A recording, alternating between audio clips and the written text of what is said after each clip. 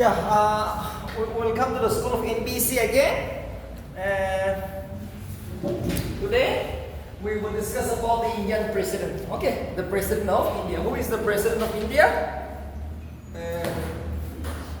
His powers and functions, and what kind of a power that he has in a democratic form of government like India. Mr. President of India.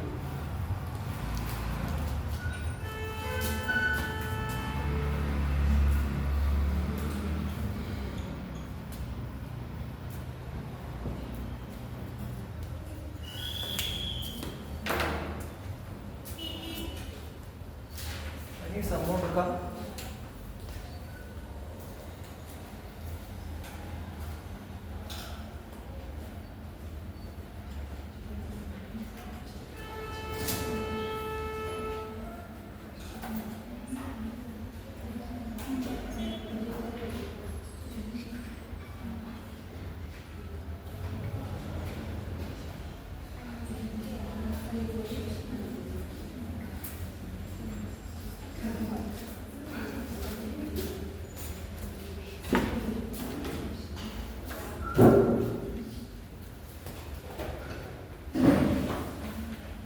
Yes, coming. Yes, like today, most of you have come earlier. I'm very much happy. Okay, the right time. See, when you see Mr. President, okay,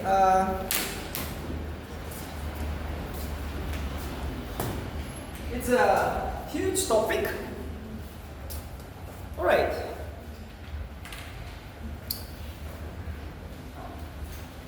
I discussed about his election, right, yesterday? Yes, what was the election system? Is Mr. President of India elected directly or indirectly? The President is elected indirectly. Yes, what was the reason? What was the reason put forward? Why have Mr. President been elected indirectly? Why Mr. President is elected indirectly? What was the reason? Yes, first bench. Mr. President. Yes. Who participated in the elections of the Mr. President? Yes, it is the. Yes. It is the MLAs and the MPs, right? Yes. Mr. President is elected by the MLAs and the MPs, which means the common men, like you and me.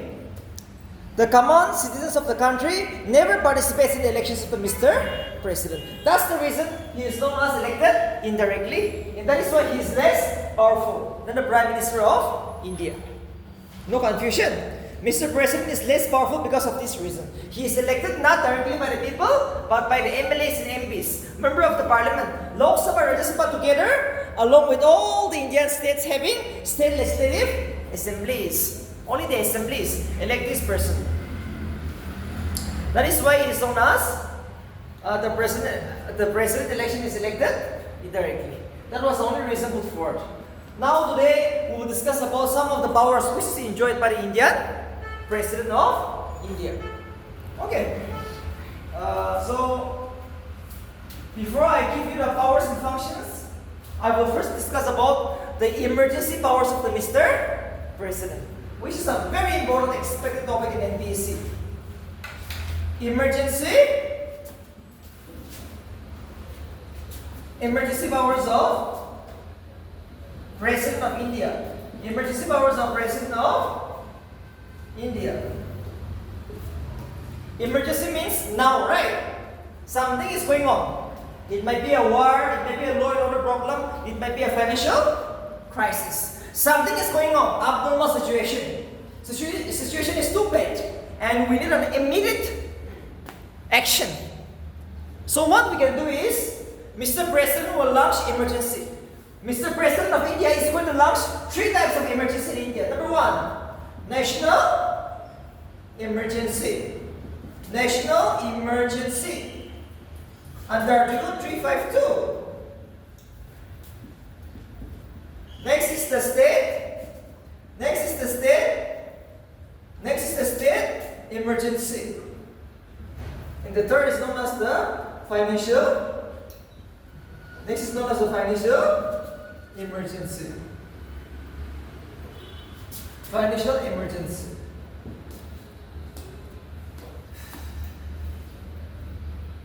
Alright. Mr. President of India can launch 3 types of emergency. National emergency, Article 352. State emergency, Article 356. And last is known as a financial emergency, Article 360. The procedure is too important. The procedure, how it is launched, under what conditions is too important. So, firstly, I will discuss about the national emergency. National emergency. National emergency. So, let's see the national emergency. Under what conditions Mr. President of India can launch national emergency? War, external aggression, armed rebellion. Okay, these are, yes, coming. You can occupy the first bench.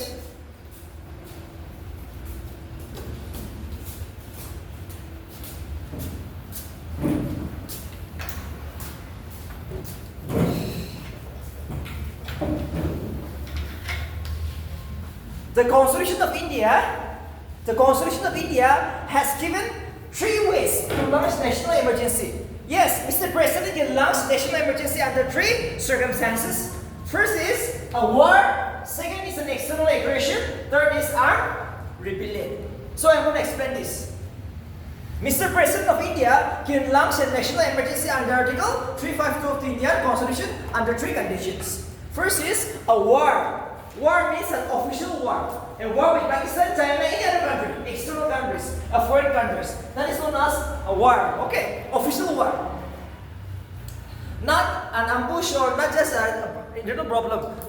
On official war, we are fighting with Pakistan, China, any other country. In these conditions, Mr. President of India will launch national emergency. Second is external aggression. External aggression means, actually it's not a war, but take example. External means another country. External means not the state, but another country. Take example, Pakistan. We have a border issue with Pakistan, right? Bangladesh, Myanmar, Pakistan, we have a border issue. Or China. Take example, China is trying to take some land of Arunachal Pradesh, which is in India. We all know. China will try to take some land in Arunachal Pradesh. In that conditions, that is threatening the sovereignty of India. We all know if China forcefully occupy one Indian state, take example Nagaland. Nagaland has been occupied by Myanmar. Or take example, Assam has been captured by Bangladesh. In that conditions, the President of India will declare national emergency, which is known as external aggression. Actually not a direct war, but they're trying to capture land. And it's too much now. So, it is Mr. President who will launch the national emergency. And third is known as armed rebellion. Armed rebellion means we have so many undergrounds. Take the example, the best example is Nagaland. Nagaland is a land of underground. Right? And if you go to Manipur also, Kashmir also, there are so many undergrounds. So if these underground people create a huge law and order problem, if they kill so many people, recently just like in Kashmir, right?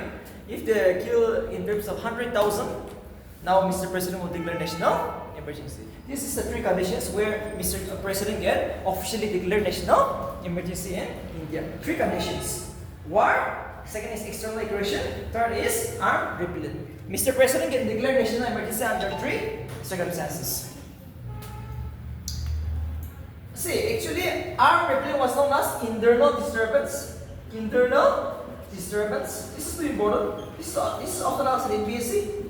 Actually, armed rebellion was not there. In the year 1975, Indira Gandhi, the Prime Minister, okay.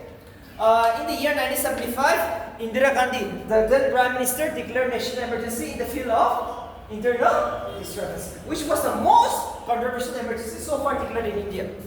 That's the reason Indira Gandhi is the first Prime Minister to lose election. Indira Gandhi is the first Prime Minister to lose election because of this reason. Just to win elections. he declared national emergency in the field of internal disturbance, which means law and order problem. So the constitution feels like no, every prime minister will misuse his power. Every prime minister will misuse national emergency. That's the reason internal disturbance has been abolished now, has been removed from the constitution of India, has been replaced by another word known as armed rebellion. No more possible. No president can declare national emergency in the field of internal disturbance. That's from 1975. Till 1975 it was possible. It was possible to declare the field of internal disturbance. But as of now, no possible. Not possible. So internal disturbance has been substituted with the word armed rebellion, which means the underground. Yes, this is the armed things and all. If they create a law and order problem, it's gonna, the person is gonna declare. Remember.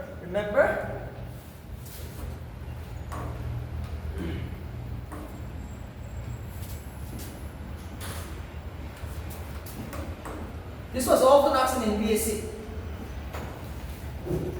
Mr. President can declare national emergency only on the written recommendations of the cabinet, which means the council of ministers, which means the prime minister. Too important.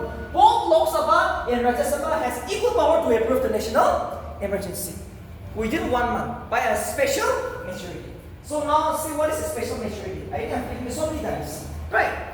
Mr. President can declare national emergency only on the written recommendations of the cabinet, which means the council of ministers, which means the prime minister. So actually the name is Draupadi Murmu, but actually it is Narendra Modi. Actually it is Narendra Modi who declares national emergency, but officially the name is Mr. President. Mr. President of India. But inside it is the prime minister, because the council of ministers is headed by the prime minister. So remember, actually president role means prime minister role. Too important. Actually, only officially we came across the name president, but inside it is the prime minister. Because the president will never declare emergency until and unless they got a written recommendations from the cabinet. And it has to be approved by both Lok Sabha, Rajya Sabha within 1 month. And by a special majority. And this emergency can go for 6 months maximum. This emergency can go for 6 months maximum. Too important. How long it can go? This emergency, 6 months. Just 6 months. Alright, 6 months. Who can stop it? It is just Lok Sabha. Too important. Only the Lok Sabha can stop it, not the Rajya Sabha. Who can stop this emergency in India? It is Rajya Sabha. They have to pass a resolution supported by a simple majority in the Lok Sabha. Too important. Who can launch both Lok Sabha and Rajya Sabha together, equal powers? But who can stop it? Only Lok Sabha. It is only Lok Sabha who can stop national emergency. Too important. Often asked in NBSC. Who can stop the national emergency? It is Lok Sabha. Too important. You can expect this kind of a question in NBSC if you're going for a hard question. By a simple majority. You have to pass a resolution in the Lok Sabha by a simple majority. So this is all about how it is launched, how it is approved, for how long? 6 months. And under what conditions? War, external aggressions are regulated. Now, my point here is the effects is more important. What will happen if national emergency is declared in India? Now I'll give you the effects. Okay, the effects of national emergency. I hope you like the topic. These are most conceptual topic in NBSC. And the most important one, the unit executive. The unit executive. Effects of national emergency.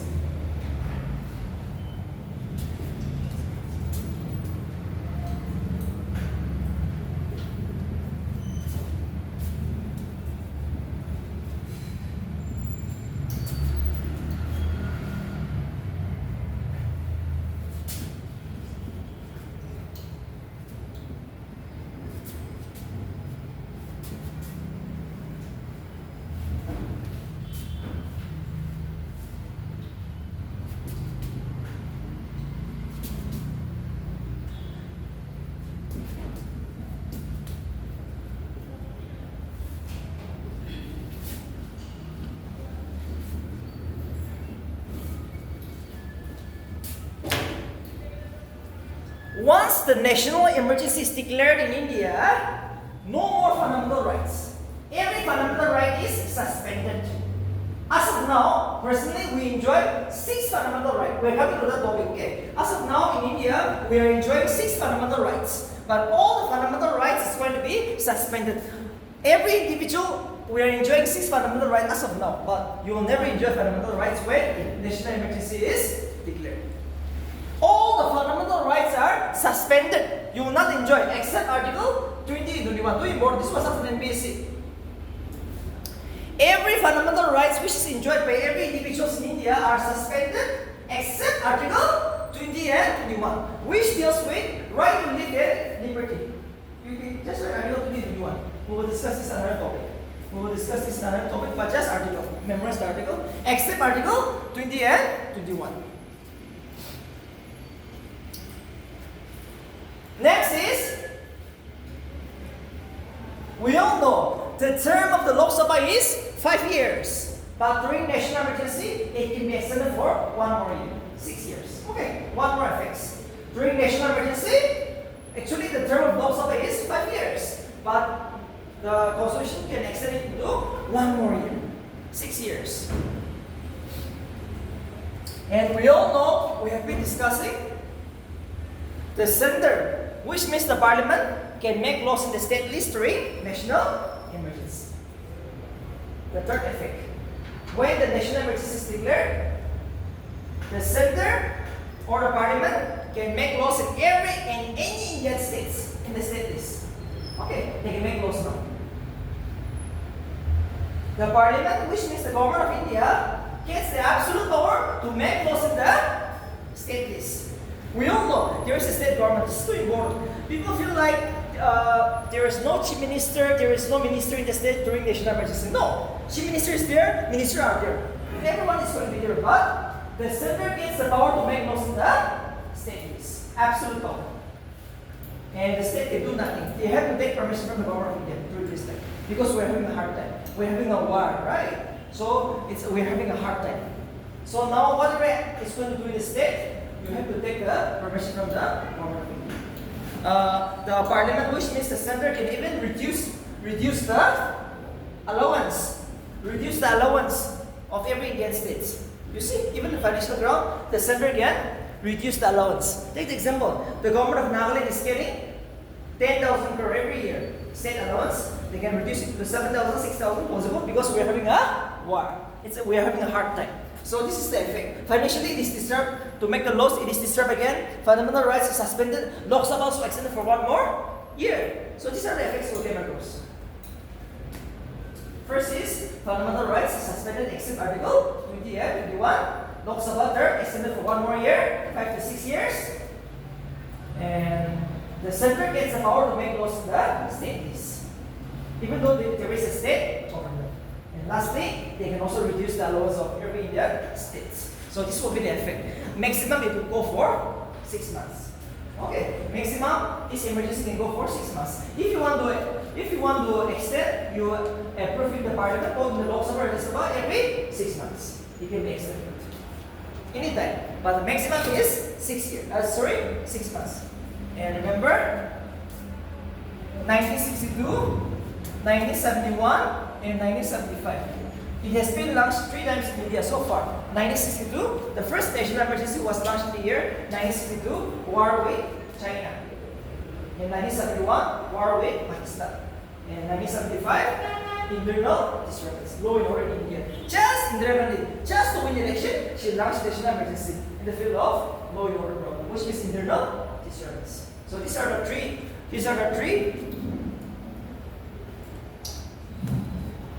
things you have to remember.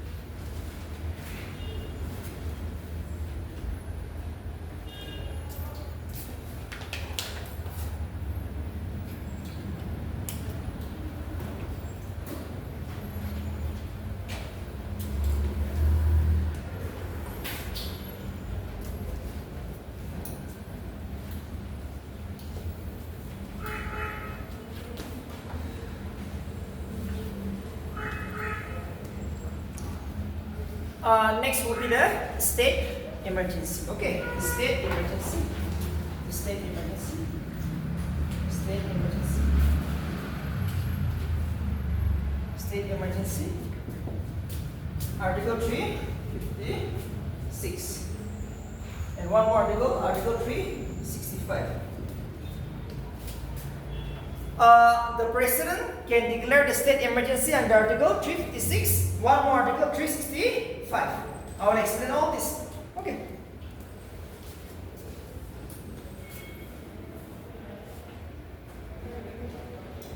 Law and order.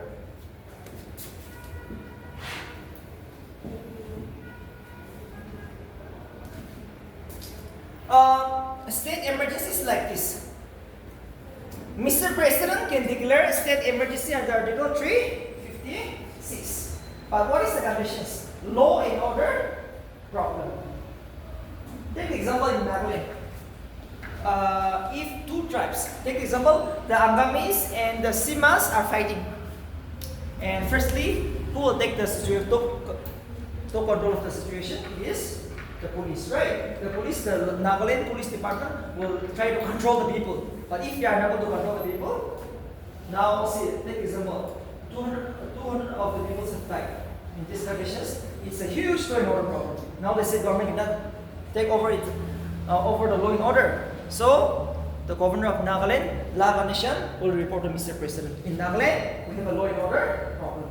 So the government of India should take over the state government of Nagaland in that conditions. And that is the first conditions where the state emergency will be launched by Mr. President of India. Law and order breakdown. The first is law and order breakdown. Only one thing, law and order breakdown. People cannot live in peace. Yes, there's a big, huge law and order problem. What is happening in Manipur? In Manipur, we have this rule, president rule. Because of this reason, for 1 year, almost so many people have died. The state government is unable to maintain law and order. So we better report to the Mr. President. Instead of me ruling over the state, you better rule over the state of Nagaland. In that conditions, the government of India, Mr. President, will give power to the governor of Nagaland or the governor of Manipur, and the governor with the help of an IS officer, the armed forces, right? Just like the Barbarian for the CRPF, the Assam Rifle, he will take the help of these people. And after that, he will make that go ahead and who will make the laws is the government during this time. Okay, so we'll all discuss this one. So that is known as law and order problem. First condition. The first condition to launch the state emergency is law and order breakdown. Second is, we all know, after every 5 years, we will have general elections. We all know that, right? Lok Sabha election, state legislative assembly election. So take the example. Nagaland, we have 60 MLA. In Nagaland, we have 60 MLAs. That means 60 constituency. So we all know those people who is the political party which is getting 31 MLA, 31 seats, they will rule the state. We all know that, right? We have 60 MLA, 60 constituency. So every political party will try to get 31, absolute majority, to rule over the state of Nagaland. But sometimes something is going to happen. Sometimes election is drawn. 30-30. Sometimes election is drawn. Congress got 30, BJP also got 30. 30 MLA, 30 MLA. So who will be the chief minister? Right? Who will form the government? Nobody, right? I was not give you, you was not give to me.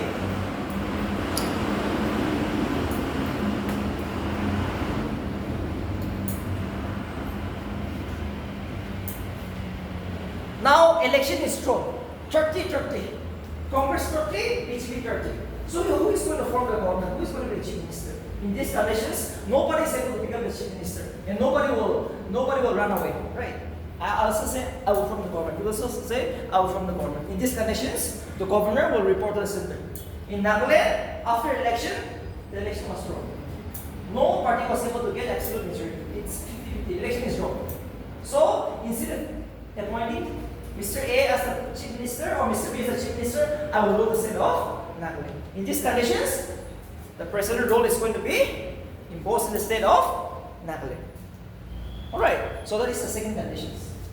That is only two conditions where you can impose state emergency. First is law and order problem, and second will be the after election is wrong. I think this is very easy. Yes, no doubt so far here. Easy one.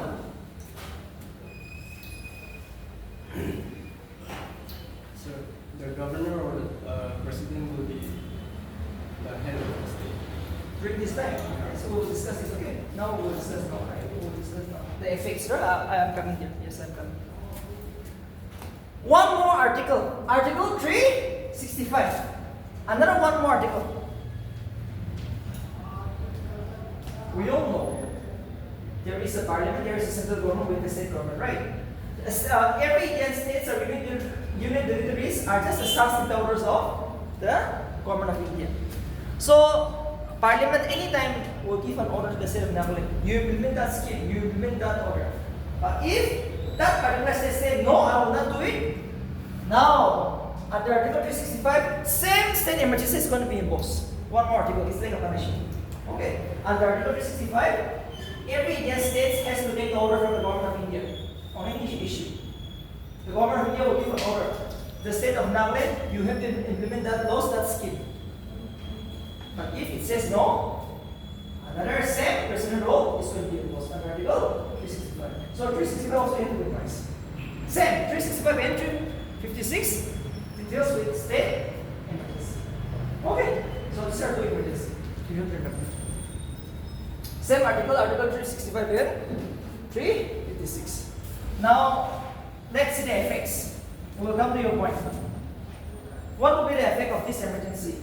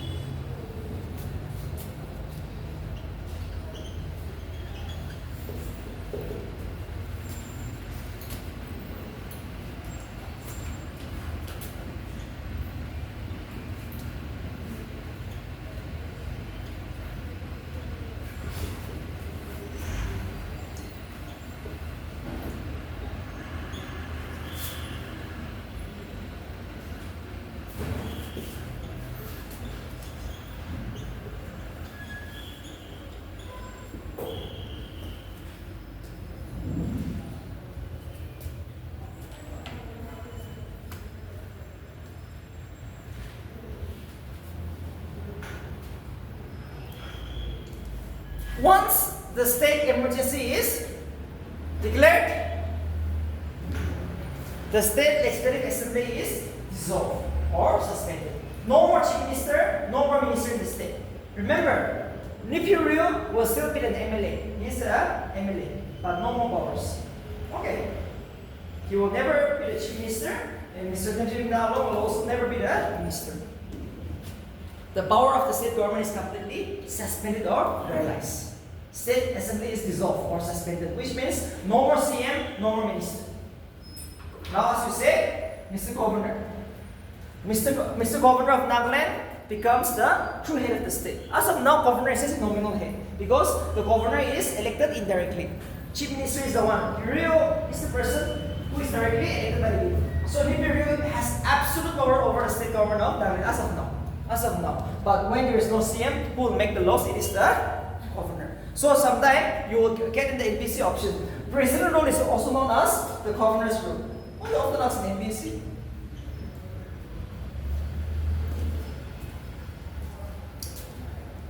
President rule is also known by another name known as governor's rule. Because the governor became the real head during the state emergency. Now he has no one to advise him. No more chief minister, no more council of minister.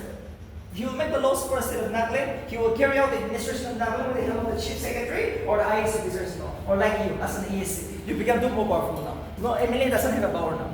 Okay, in your circle as an ESC, you have absolute power. Because no more MLAs. MLAs are there, but power is paralyzed. So you will become the real head, okay? One day you will come across this. Surely, within these 20, 30 years, who knows? Nagaland. So far, Nagaland also have launched 4 types of state emergency 4 times. So our time it might come, sure, okay, very much possible. It is possible to come with this emergency. So remember, when the state emergency is declared, Mr. President will give power to the governor. Mr. President will never come to Nagari, right? He will give power to the governor. Governor is president power, so he becomes the real head of the state. But as of now, we never came across the name of the La Ganesha, the governor, right? Because as of now, governor is just a nominal head. Real is there, chief minister is there. So it is every time real. But when it comes to this emergency, now in Manipur, you see, in Manipur, the governor is enjoying all his power. In Manipur, he is making the law. There is no state assembly now. No more minister, no more CM. The CM has been suspended. Who will make the laws? The governor of Manipur will make laws for the state of Manipur. Too important? Okay, so that is the effects. Remember one more thing. Every state power of the state machinery is suspended, paralyzed. State can do nothing. Okay, every powers of the state government is paralyzed or suspended except the power of the High Court. The High Court will function. Too important. The powers of the High Court will function. No disturbance from the High Court. The High Court will function normally as it is. The powers of the High Court is never going to be disturbed under Article 356 or 365. The powers of the High Court will not be disturbed. Still it will function. It will function. Okay. The powers of the High Court will still go on. The power of the High Court will still go on. That is the only thing. Every power of the state government is paralyzed or suspended. No more state power. It's the government of India, which means the parliament, which means the president, which means the government. But the power of the High Court will still be there. Okay, he will function accordingly. No disturbance. He's going to be there. So this is what's often asked. Which power is never taken away during the state emergency? Power of the High Court. And remember, fundamental rights, you will enjoy. No effects on fundamental rights. And remember, state emergency is only for one state.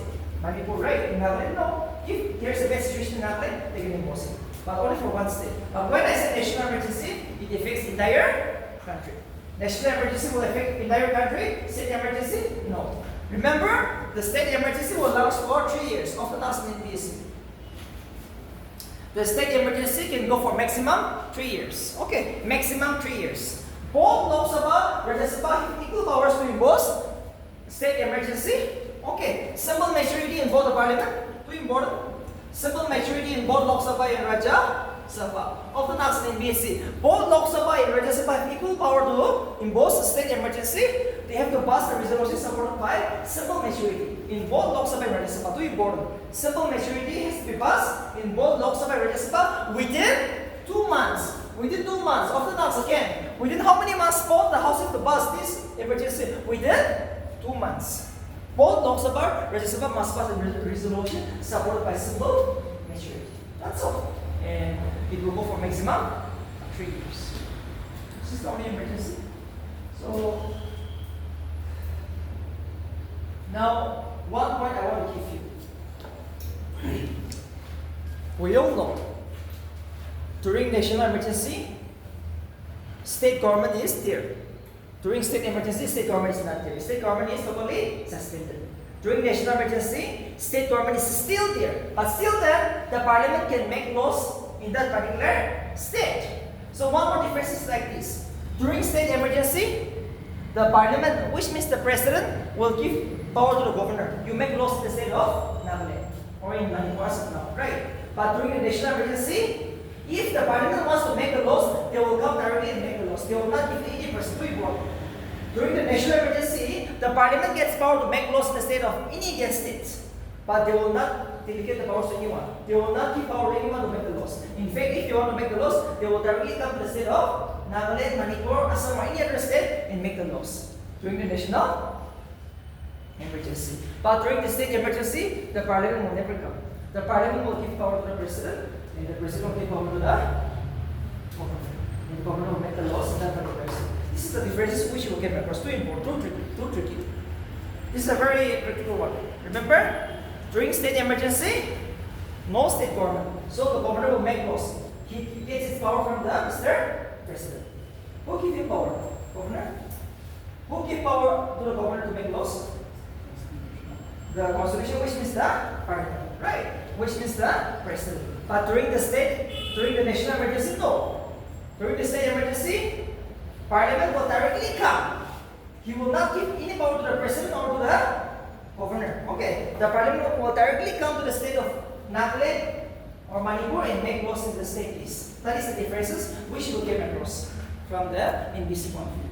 So these are some of the tricky points you have to remember. And here comes the simple maturity. To approve this emergency, you just need simple maturity within 2 months, not 1 month, within 2 months. Who can stop this emergency? It is Mr. President anytime. It is Mr. President, not the Lok Sabha, not the Rajya Sabha. Who can stop this emergency? Mr. President.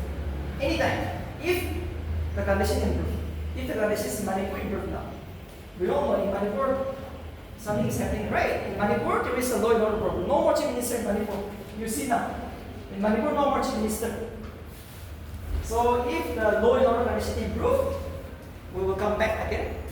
Yes. We will come back again.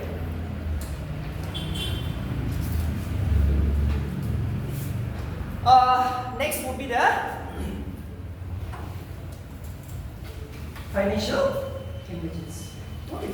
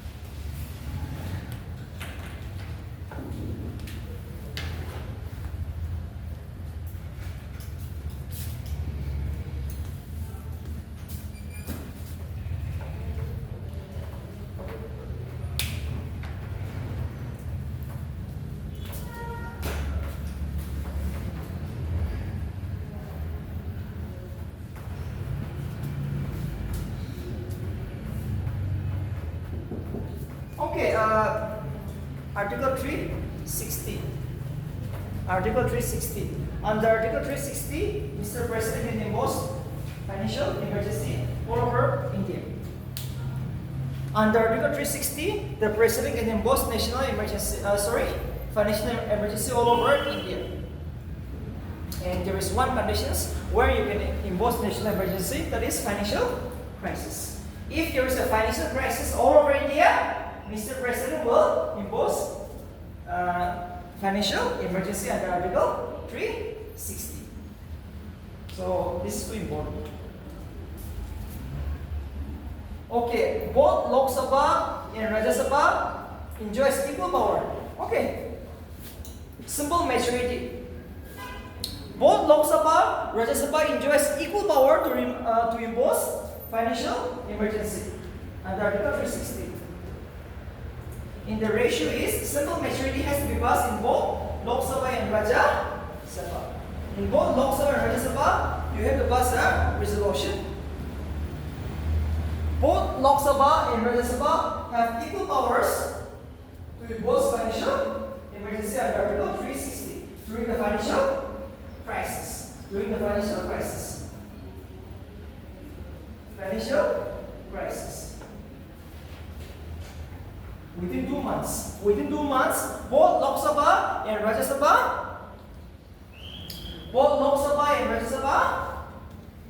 should pass a resolution supported by simple maturity. Financial emergency, there is no maximum limit. It will go for infinity. Infinity means non-stop. The financial emergency will go for infinity, which means non-stop. There is no maximum minimum.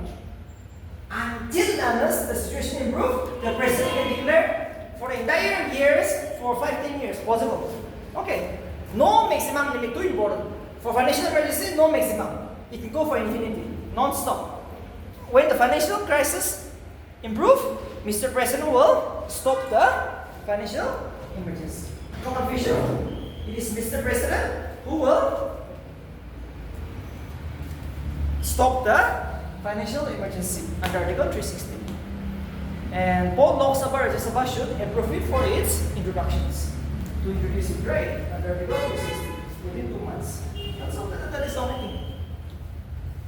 And now what will be the effects? Effects of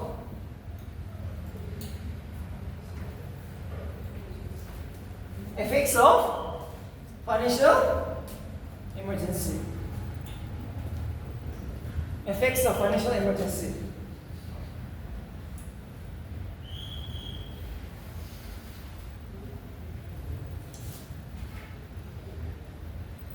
It is like this.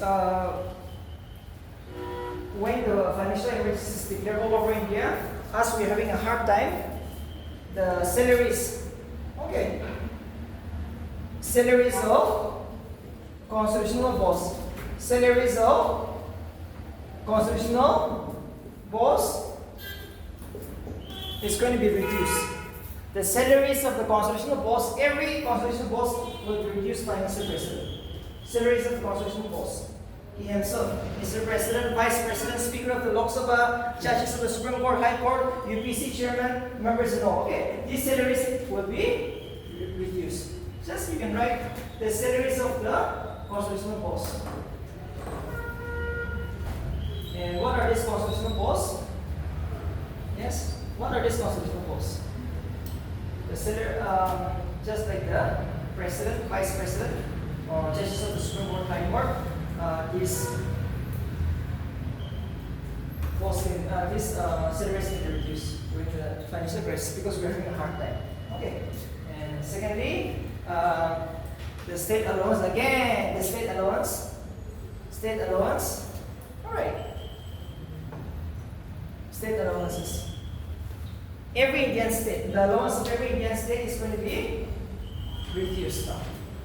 Take example, the financial share of the state of Nagaland for 1 year was 5,000 crore. They will reduce it into 4,000 crore reduction because we're having a hard time. Every state allowance is going to be reduced. And remember, the government of India will give a direction to every Indian state. You have to follow a very tight economic policy because we're having a tough time. Every Indian state government is going to be ordered.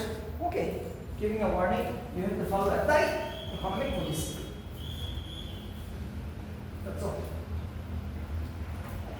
This is all about the financial emergency, and this is known as the President Emergency Powers. So we have launched 3 emergency.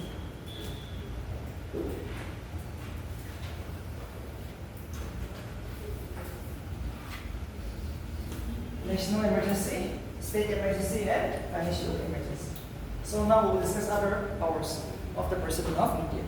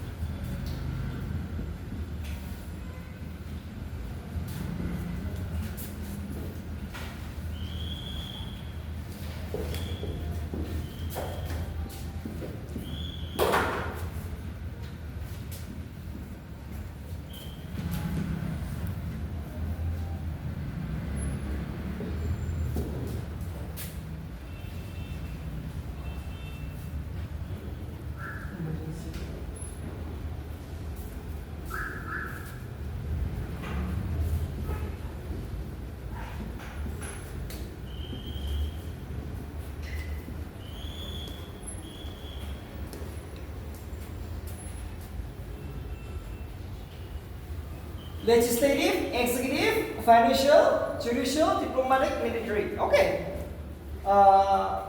These are the powers which is enjoyed by Mr. President of India. So we'll discuss one by one. What kind of legislative, financial, judicial, emergency, and executive power does Mr. President of India enjoys. So first we'll discuss with the executive power of Mr. President. See, executive means appointment power, okay? Appointment power. And when I say executive, it means appointment power. I have the power to appoint you, I have the power to terminate you. Okay. Mr. Dash, Mr. President appoints the governor. That is an executive power. Mr. President remove the governor. That is an executive power. Okay. So let's see what kind of an executive power does Mr. President of India enjoys. Please write down. All the executive powers of the president, all the executive powers of the union are vested in the president. All the executive powers of the union, which means the government of India, which means the parliament, all the executive powers of the union are vested in the Mr. President. You write one article in the bracket, Article 53. Under Article 53, all the executive powers of the government of India, which means the union government, is vested in the cabinet. Sorry, I'm so sorry, is vested in the Mr. President. Mr. President, Mr. President.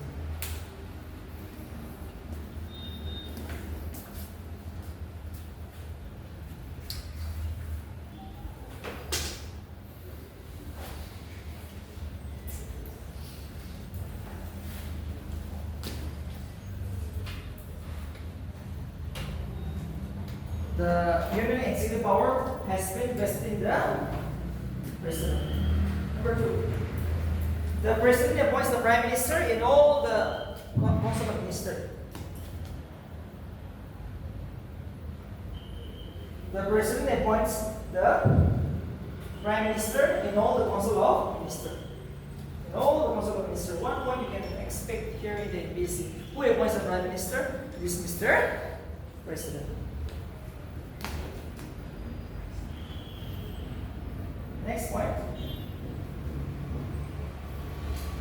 The president can ask the prime minister. The president can ask the prime minister anytime.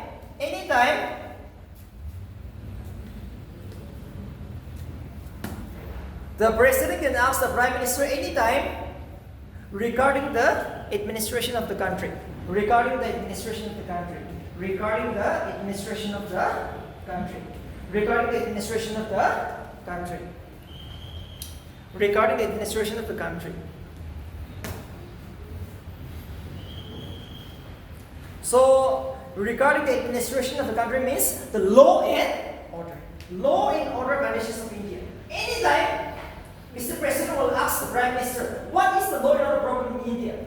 That's why you see, with Narendra Modi, so many IAS officers, right? When the Narendra Modi comes to Nagaland, he will come with just 20 to 30 IAS officers. Why? Because anytime Mr. President will ask him, what is the conditions of law and order in Nagaland? Which is also a part of India, right? So like this, anytime law and order report should be ready, Mr. President can ask anytime. It's an absolute power. It's an executive power. Anytime Mr. President will ask Modi, give me the law and order conditions of Nagaland. Yeah, he is asking now. He must be able to give. This is an executive power of the Mr. President. Next, the president can ask a minister. The president can ask a minister. The president can ask a minister to reconsider a decision. The president can ask a minister to reconsider a decision which has been taken. Which has been taken. The president can ask a minister to reconsider a decision which has been taken. Which has been taken on individual basis.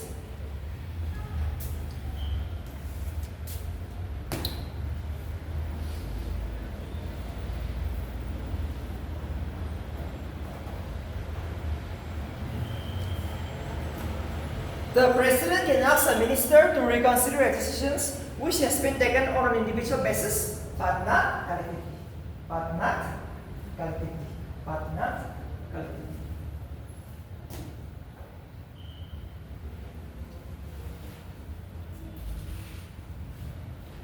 this. So take example, one minister in India, Rajnath Singh. Rajnath Singh is the defense minister, right? Take example, he has taken decisions in his department. Okay, defense policy. But now this he can never take individually. The decision which he feels should be taken by all the minister, right? But before that, if the president knows that he has taken the decisions, he can ask him, you will reconsider your decision once more again. Because I feel like there is something wrong out there. So, Mr. President can ask the minister, please reconsider your decision once more again. Which has been taken on individual capacity. But if it was taken collectively, no, not possible. The president can never ask to reconsider. But on an individual basis, he can ask anytime. Alright, so this is one of the executive power of the Mr. President of India. Last point. The president can make rules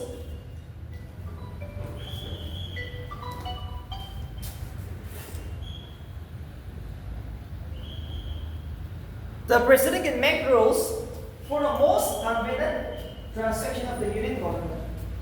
The president can make rules. The president make rules for the most convenient transaction of the union government. The president make rules for the most convenient transaction of the union government.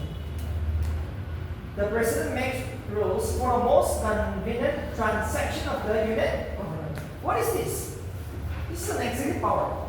It means he has to ensure that the government of India carried out its work smoothly, day by day. The government of India has so many works to do, right, every day. So he has to ensure that he will make rules for the most convenient transaction. That means the business of the country, the governance of the country should be carried out smoothly. Only then people will live in peace. We will be able to get the schemes, the projects, the contracts. Yes, the schemes, everything should be reached at the right place. So that means there should be no any hindrance when we're doing job, right? When we're doing services in the government of India. So that is the only thing. Because he's the head of the country. Yes, the president is like a father. He's the first citizen of India. He must ensure that people live in peace. So these are some of the executive power which is enjoyed by Mr. President of India.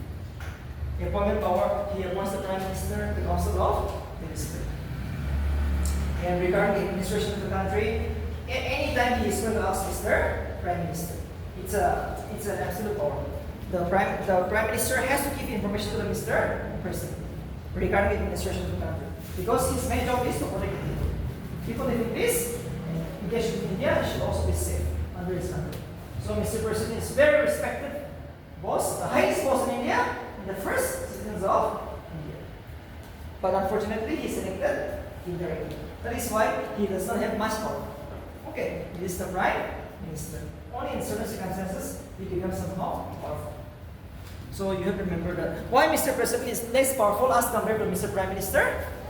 Because the Prime Minister is directly elected by the people. That's all. Let's go back to the legislative power. Okay. See, any doubt, please ask. It's not a formal class, okay? You have paid enough. You came here and you paid so many amount of money to take this coaching, right? 1 year, 10 months coaching. And we're all here to crack this exam. The boss is more. We have around 1,000 boss in SSP in 1 year, right? So I think this is more than enough. Just one postage. If you are somehow serious, I think this is the best time to get a job. Legislative means we all know it means to make laws, right? That means law-making powers. When I say legislative, it means law-making powers. Law-making powers. So now let's see what are the law-making powers of the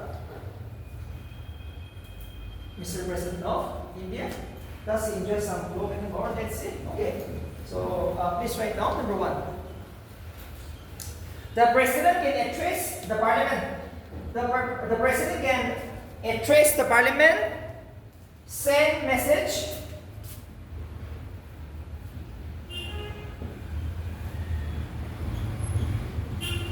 the President can address the Parliament, send message anytime, and call the meetings. Who is Mr. Mon? The President can address the Parliament, he can send message, he can also Semon, which means he can go to meetings anytime. Let's have a meeting. Okay, anytime.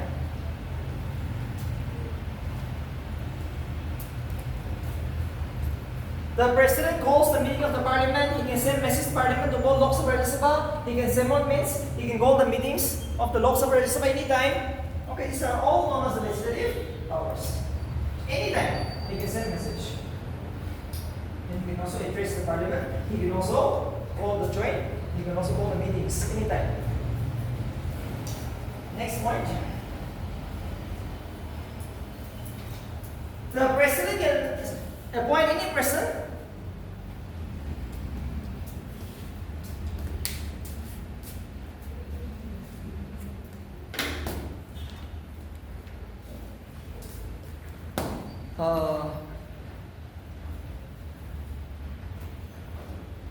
the president can appoint any person to preside over Lok Sabha when both speaker and deputy speaker are absent. The president can appoint any person. The president can appoint any person to preside over Lok Sabha when both the speaker and deputy speaker are absent. The president can appoint any person. The president can appoint any person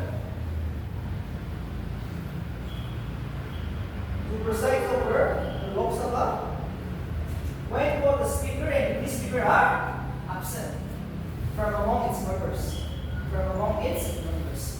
Okay, now suppose the speaker is absent, the deputy speaker is also absent in the Lok Sabha, right? So in that condition, who presides? Any member which is appointed by the president from the Lok Sabha itself. Same thing in the Rajya Sabha. When both the chairman and deputy chairman are absent, Mr. President can select any member from Rajya Sabha to preside over its meeting. Same thing in the Rajya Sabha. When both the chairman and deputy chairman are absent, Mr. President can appoint any member from Rajya Sabha to preside over its meetings. Too important. When both the chairman and deputy chairman are absent, who will preside over any member of the Rajya Sabha who is appointed by Mr. President of India for 90. And that was comes under legislative power of Mr. President. Anytime, okay? Sometimes the speaker, deputy speaker will be absent. Sometimes the chairman and the deputy chairman are going to be absent shortly. So in this condition, who will take the control? It is Mr. President who should select any person from the Lok Sabha or Rajya Sabha. Next, Mr. President nominates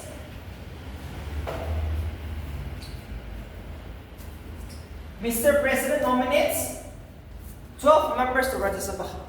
Mr. President of India nominates 12 members to Rajya Sabha who are famous in the field of art, literature, social service, science, etc.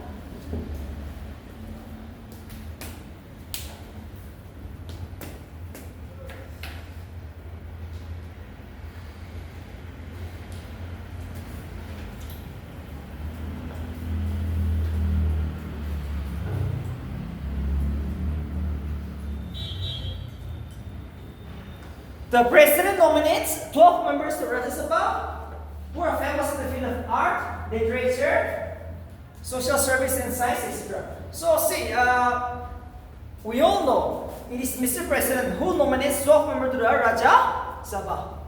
I think we have discussed this, right?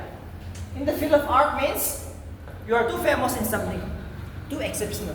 You may be a musician, you may be a rock star, right? You may be a cricketer, you may be a footballer, you may be a actor like Shah Rukh Khan or Amitabh Bachchan. Amitabh Bachchan became a member of Rajya Sabha because of this reason. He is too famous in the field of art. Something exceptional. And if you're a scientist, if you're a famous poet, or if you are too famous working for the NGOs or civil societies. Take example, you are too famous working for the Navajos or NSF, right? Or might be working for a downtrodden. you will be nominated by Mr. President, exceptional person in India. 12 members. The 12 members. And second, next. The president also nominates 2 members to Anglo-Indian community. Anglo-Indian, still 2020, Anglo-Indian.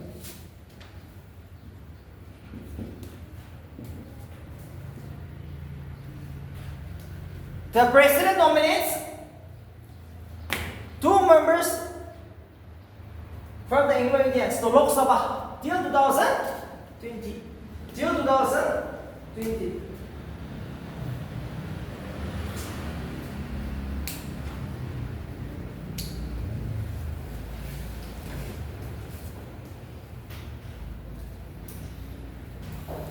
The president nominates 2 members from the Anglo-Indian communities to Lok Sabha.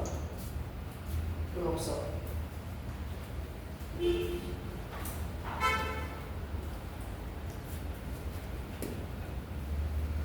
Okay, so this is too important.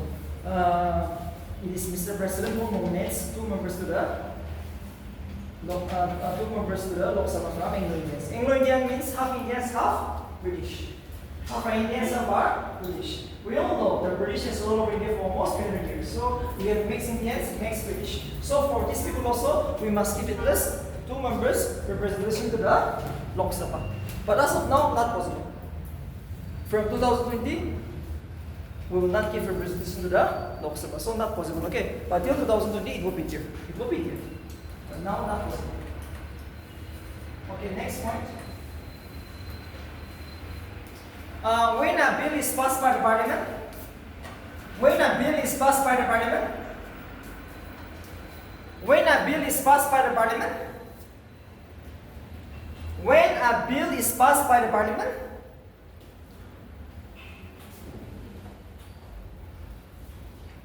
it is sent to the president for signature. It is sent to the president for signature.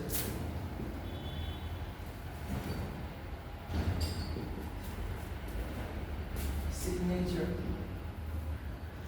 When a bill is passed by the parliament, it is sent to the president for signature.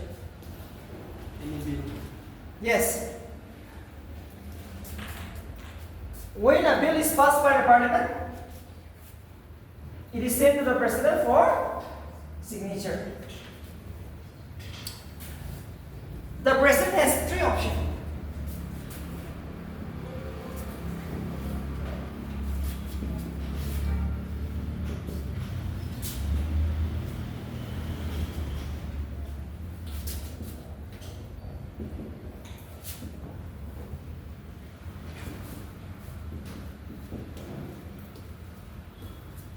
When a bill is sent by the parliament for signature, we all know any type of a bill, right? In the parliament, we have to send to Mr. President for signature, or else the bill will never become an act, will never become a law. So Mr. President has 3 options. Absolute veto means I say no. That means he totally rejects the bill. We all know there are 2 types of bill which will never be rejected by Mr. President. Money bill and the CAP, the Constitutional Amendment Bill. For money bill, Constitutional Amendment Bill, the President has no other option but to sign. But any other bill, he can say no. I will not sign. In that conditions, the bills come to an end. Okay. Too important. Money bill, Constitutional Amendment Bill. No other option. The President must give signature. But apart from that, the other bill he can reject.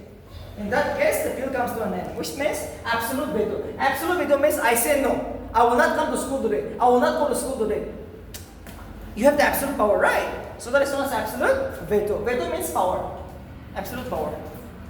Suspensory means reconsideration. Reconsideration. We all know an ordinary bill can be rejected by Mr. President once. You reconsider it. Pass one more time again, which is known as suspensory veto, which means the power of the president to reject an ordinary bill one time. You reconsider once more again, pass once more time again. It is known as suspensory veto. Instead of signing, Mr. President said, no, you pass one more again. Yes, instead of giving signature directly, Mr. President says, no, all Lok Sabha Rajya Sabha should pass the bill once more again, which is known as suspensory veto, reconsideration of the bill. That is the legislative power of the Mr. President.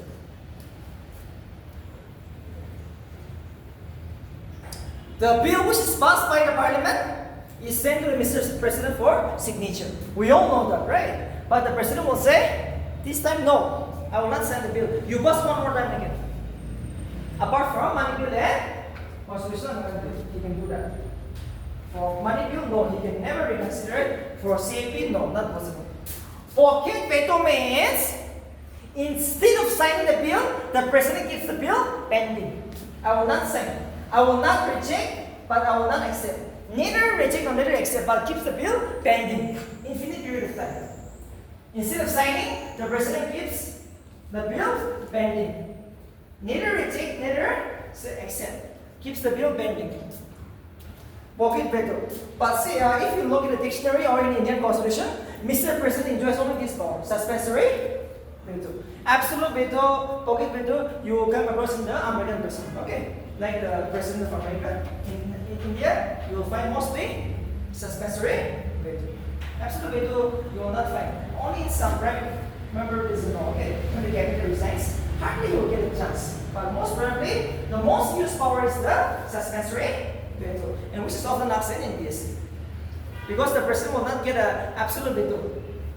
Only in some cases when the cabinet resigns before 5 years ago, okay? And in exceptional cases. But most probably you will find suspensory veto. Pocket veto, you will not find much. Only some certain exceptional cases. The most used power of the President is suspensory veto.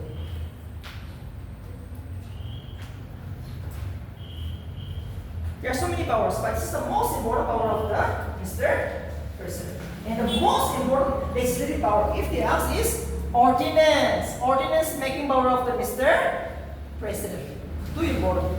The most important legislative power of the Mr. President is ordinance making power. Ordinance making means emergency law making powers. When the Parliament is not in session, who will make the laws? When the Parliament is not in meeting, who will make the laws? It is Mr. President. Mr. President will make laws.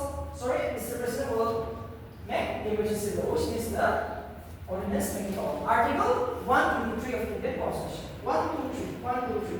Please memorize this. You can expect one. So today, by listening on this topic, you are able to make just one point, right? Ordinance making power. What is ordinance making power? The most important legislative power of the Mr. President. Emergency. Ordinance means emergency law-making powers. Mr. President is the most asked question in the MPSC.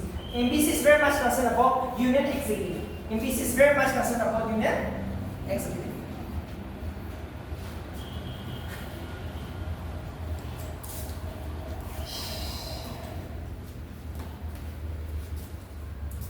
We'll go back to the judicial powers. Judicial powers.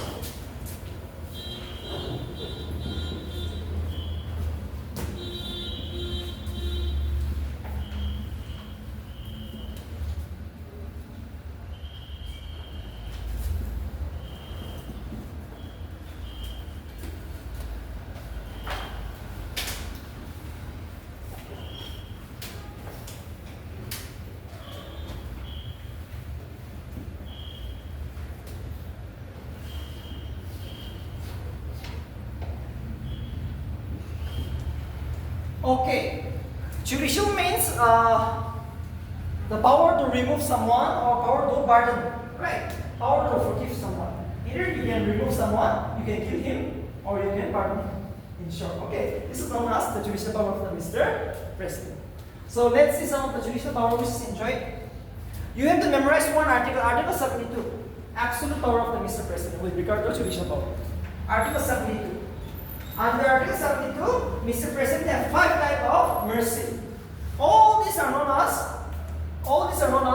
the mercy power of the Mr. President. As the head of the country, head of the state, Mr. President has some mercy power. which is known as Article 72.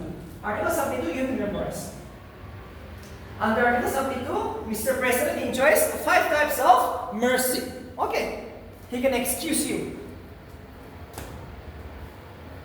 Okay, we will start. Number 1, pardon. Pardon means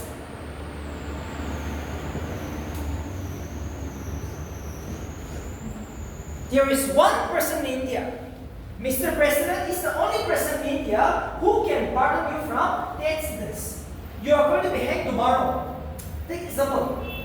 Mr. A is going to be hanged tomorrow because he is facing a murder case, a rape case, a huge criminal case. He's going to be hanged. The court says, the Supreme Court says, hang Mr. A tomorrow. But Mr. President said, no. Let this person go away free. The most luckiest person in the world, right? Absolutely free now. No more. I'm free. I'm a martyr. See, I have killed so many people. I have killed 5 persons. But now, there is one person in India, Mr. President under Article 72, who can pardon you from death sentence. Absolutely person free. During this Independence Day, you will get numbers, okay? During this Independence Day, he will let some criminals, let them free. Under Article 72. Pardon means absolutely setting the criminal free. You go home now. Okay. You go home now. So he is the luckiest person. So for you also you can apply this. You can appeal him, okay, sometime. If you are facing criminal charges, there is one person you can appeal. That is Mr. President. He will give you. Every year, might be 20, 30, you can do that. Okay, very much possible. The luckiest person. Commodate means the court say, hang this person. The Supreme Court or High Court say, hang Mr. A. But Mr. President said, no. Instead of hanging him, give him lifetime imprisonment.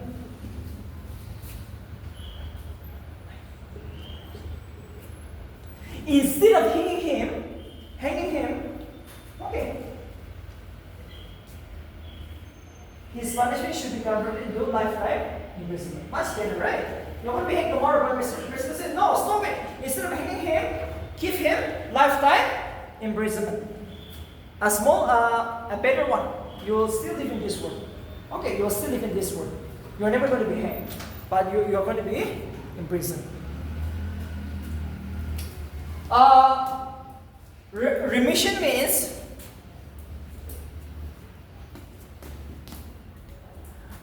means suppose the court say you will stay in jail for 3 years, but Mr. President said no, reduce it into 10 years. Instead of keeping him 20 years imprisonment, keep him how many years? 10 years. Okay, reducing the time limit.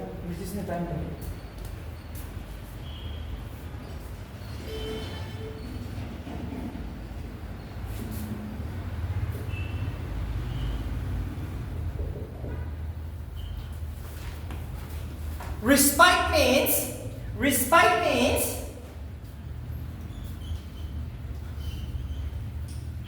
you commit a crime, but still you are a person with disability. Take example, you have committed a crime, but you have just one eye, you have just one leg or one hand, right? You are a person with disability. You are an abnormal person, but you committed a crime. For example, a lady who is pregnant, but she commits a crime. A lady who is pregnant, but she commits a crime. In that conditions, same thing. Your punishment is going to be reduced like that. Suppose you're going to stay in jail for 10 years, he will reduce it to 5 years. Okay? Respite means you are facing a physical problem. Person with disability, abnormal person, handicapped. You are almost handicapped, but you commit a crime. So your punishment is going to be lesser. Mr. President can grant that kind of a pardon.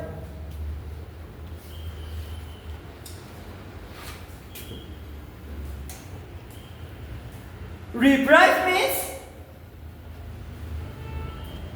you're going to be hanged. Take the example.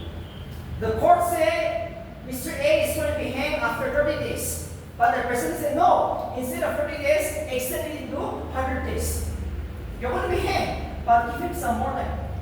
Might be he can unite with his family, with his wife, with his dear ones, with the Almighty. Yes. Instead of hanging him within 30 days, hang him after 100 days or 200 days. Mr. President can give that over. So this is the mercy which is enjoyed by Mr. President under Article 72. And this all comes under the judicial powers of the Mr. President of India. Next point. The President appoints the Chief Justice, Justice of the Supreme Court and High Court.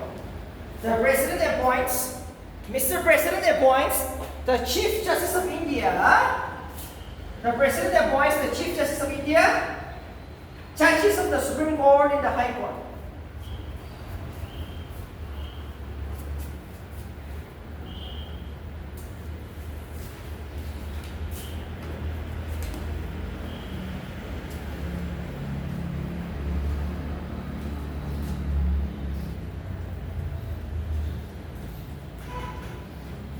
The President appoints the Chief Justice of India, Judges of the Supreme Court and High Court.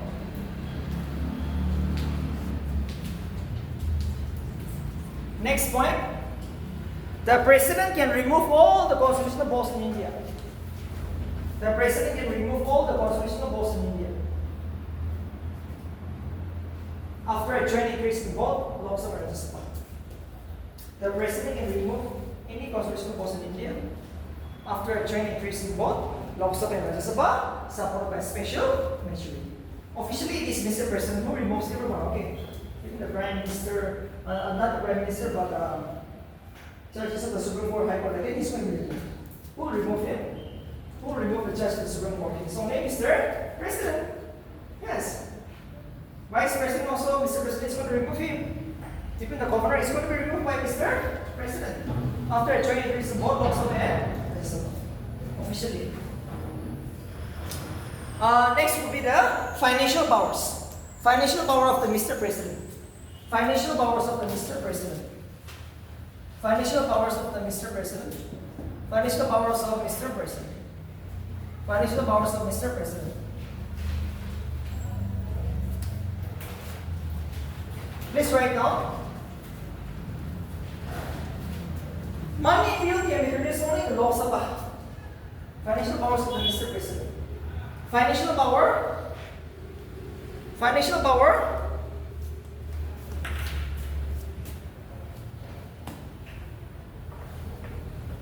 Financial power can be introduced only in the Lok Sabha with the permissions of Mr. President.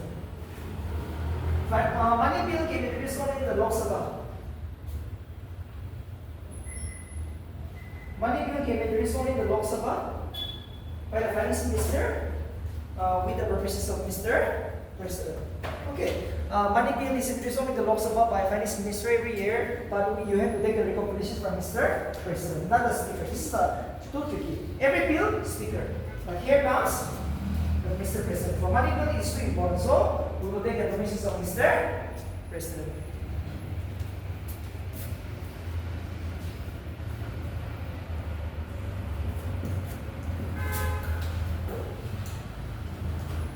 Next point.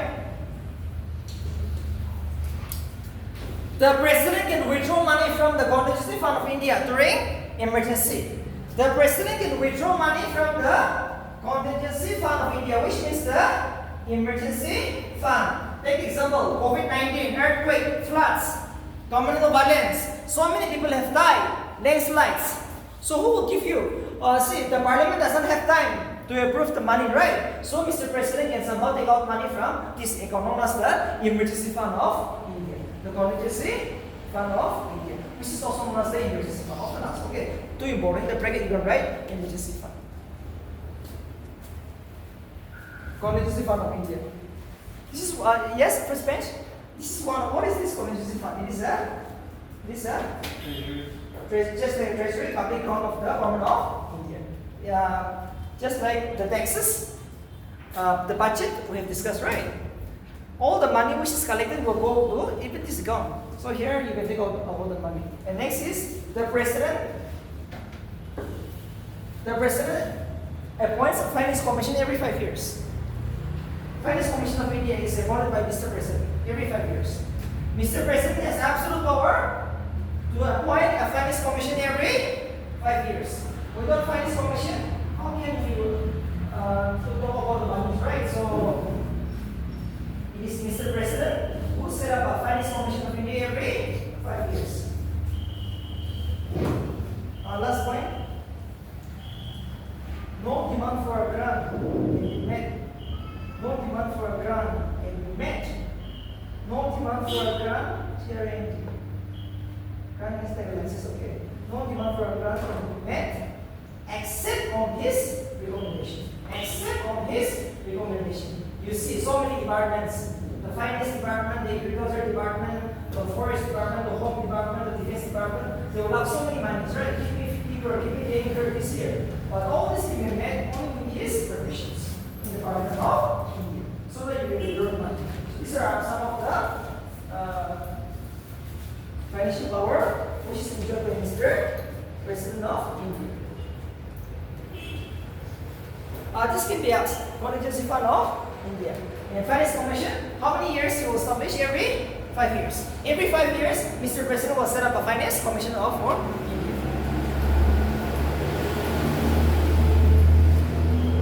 Next will be the military power. Military power. Military powers.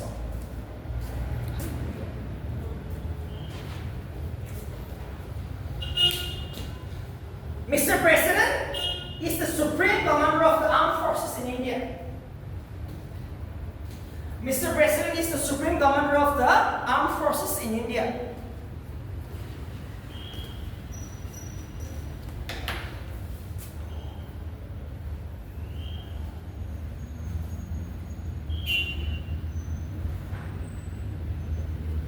Mr. President is the supreme commander of the armed forces in India. Under these conditions, he appoints the Navy Chief, Air Force Chief, and the Army Chief. Under these conditions, or under these powers,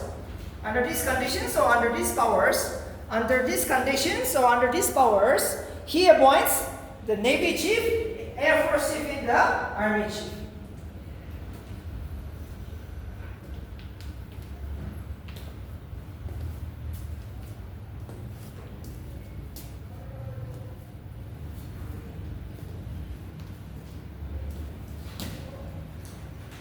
He is the supreme commander. Okay, so anytime officially, the Navy Chief, Air Force Chief is going to be appointed by Mr. President, even the Army Chief. So this is the three armed force chiefs, right? Who will be appointed by Mr. President. Mr. President.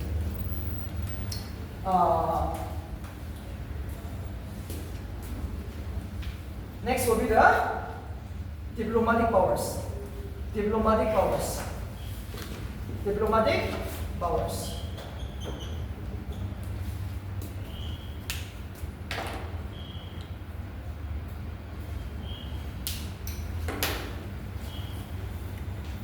Under diplomatic powers, you can write all the international treaties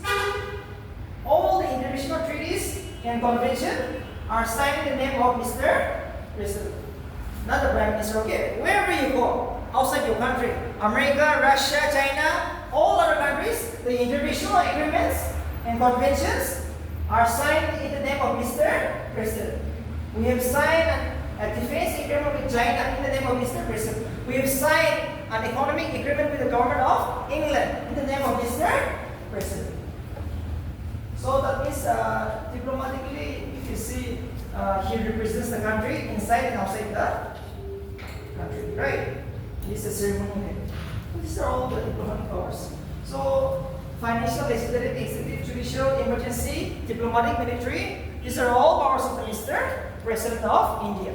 But unfortunately, he is the nominal head. He is indirectly elected. So all these powers are actually the powers of the Prime Minister and the Council of Ministers. Okay. Outside in the name of the Mr. President, but inside the Parliament, inside it is the Prime Minister and the Council of Ministers, which I will discuss after the break. Okay. Actually, we feel like it is Mr. President, but actually inside it is the Prime Minister and the Council of Ministers. The emergency, Mr. President will launch, but it actually is the Prime Minister. Okay. All this, who appoints the minister? Actually, is the president, but it is the prime minister. So all this run because of the government, because of the democratic parliamentary form of government, the prime minister is directly elected by the people. Because of this reason, we will have a 10 minutes break. We will have a 10 minutes break.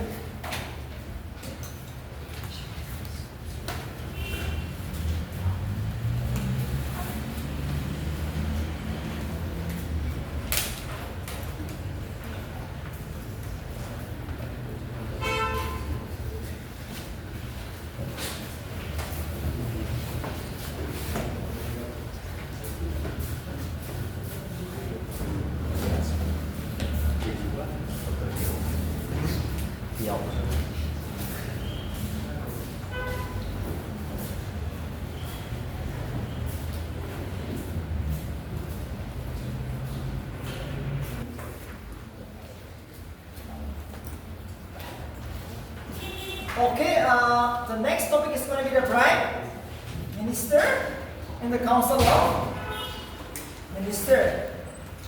Council of Ministers.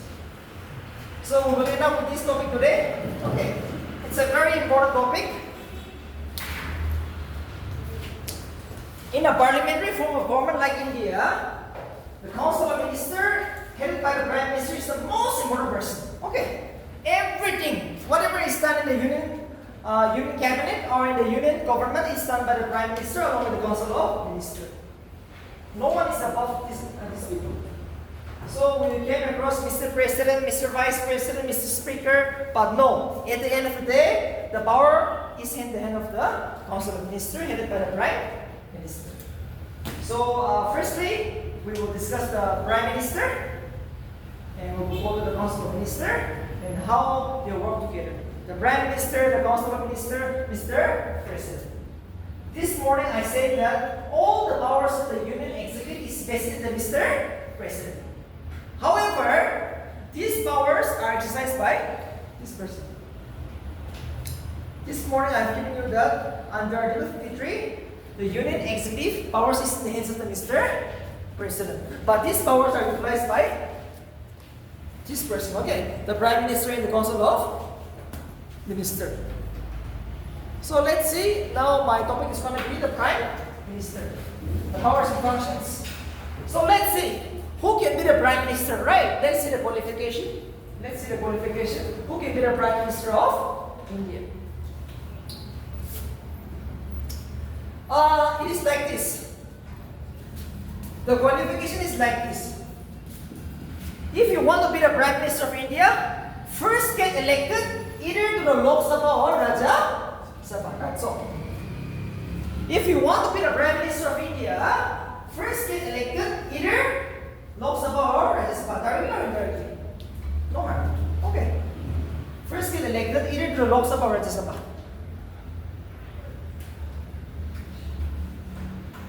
And secondly, your party. Take the example. You contested election from BJP. So, your BJP should get majority in the lower house, which means the Lok Sabha. Out of 550 members, at least 276 MB, member of the parliament. You should have a support of at least 276 MB, your party, in the lower house. Remember, Prime Minister, I said, can be from either house, either Lok Sabha or Rajya Sabha. Possible, no harm. Okay, the Prime Minister can be from either house, either Lok Sabha or Rajya Sabha. However, your party should have won the election in the lower house, only in the lower house, which means the Lok Sabha. At least 276 seats. You should have a support of 276 MP, member of the parliament. Alright. So, that is the second qualification. You want to be the Prime Minister of India? Possible, but your party should win election first. In which house? In the Lok Sabha. And thirdly, and the most important, your party should elect you as the leader of the house.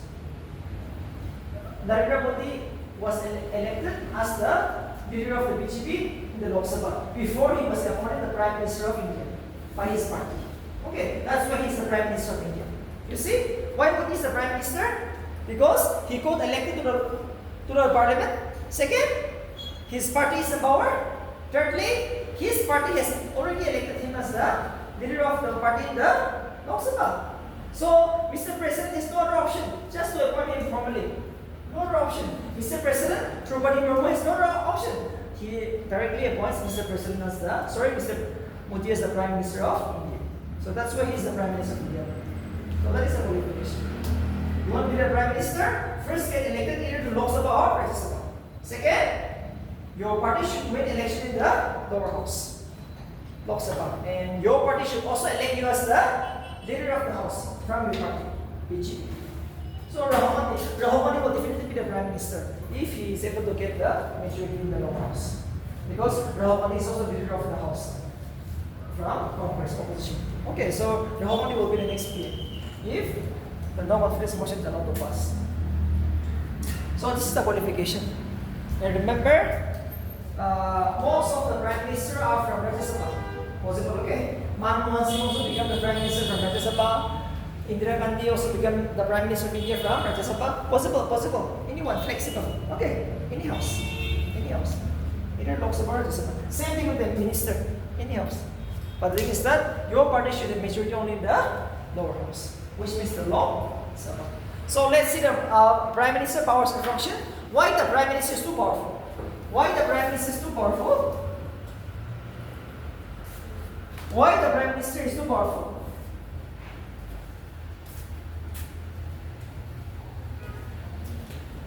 Why the Prime Minister is too powerful? Because he is directly elected by the people. You see? The Prime Minister is too powerful because the Lok Sabha members, he has a majority in the lower house. That's why he is too powerful. Now we will see the powers and functions of the Prime Minister. Especially in India. Why in India, right? In India, the Prime Minister is too powerful. Every time it's PM, everywhere, the states, the union territory, inside the country, outside the country, it is the Prime Minister. Modi, right? A convention, he will go there. A UN convention is going to be held, Modi will go there. Again, a defense agreement, it's Modi. And the economic agreement, environmental summit, it is Mr. Modi. Because of this reason. He is directly elected by the people and he represents the will of the people, doing more. He is like the Mr. President of America. If you have to compare the power of the Prime Minister, there is one person, President of America. The President of America, Donald Trump, is directly elected by the people for 4 years. You know Donald Trump power, right? So like that, Modi is also too powerful. Everywhere, it's Modi. Without his, now I'm going to give you his power. Without Modi, nothing can be done in India. Okay, it's Modi. Man in action, man in power. Nothing outside Modi, everything inside Modi. So let's see the powers and function. With regard to, okay, please write down. First, please write down. The President appoints the Prime Minister. The President appoints the Prime Minister. The President of India appoints the Prime Minister. Okay, the first point. And after that you can write, and all the Council of Ministers, and all the Council of Ministers, and all the Council of Ministers are appointed by the President on the advice of Prime Minister. On the advice of Prime Minister.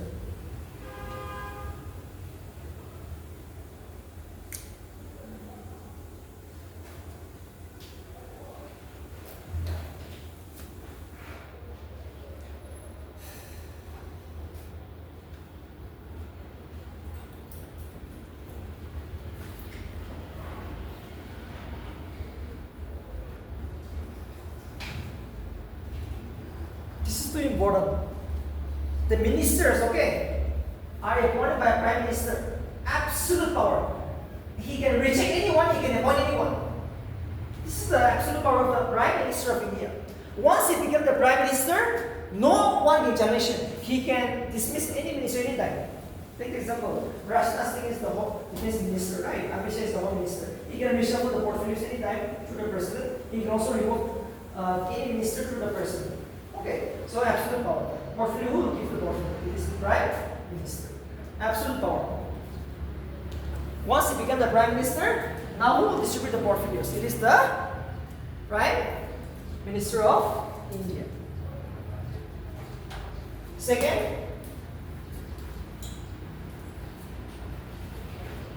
the Prime Minister can dissolve the lower house.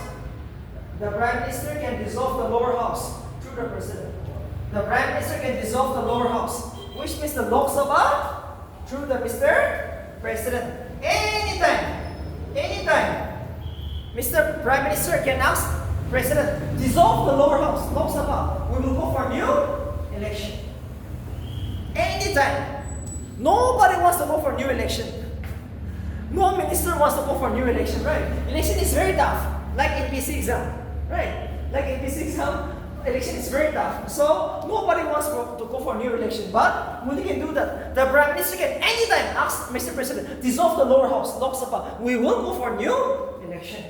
So every minister have to every time support the Prime Minister of India.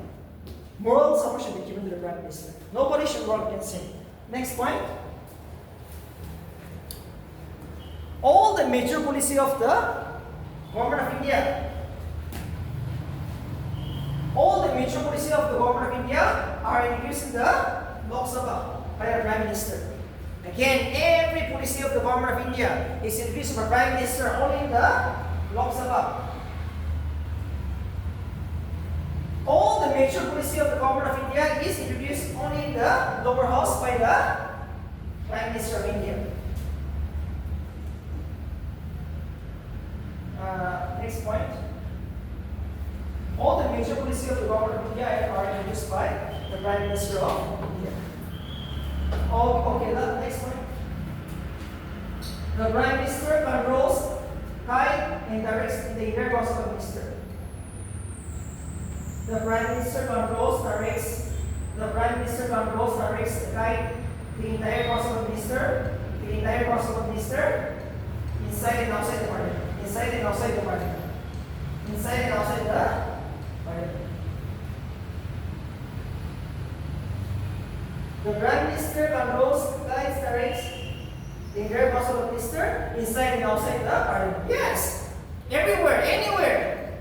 If any minister who does not agree with the policy of the Prime Minister has no other option but to resign, or else he or she is going to be dismissed by the President through the Prime Minister anytime. If a minister does not agree with the policy of the Prime Minister, you can have a discussion debate with the Prime Minister, but not disagree. Too important. You can have a discussion. Very much possible in democracy. Amit Shah, Rajnath Singh, Nirmala Sitharaman can have a discussion debate with Mr. Prime Minister, but not disagree.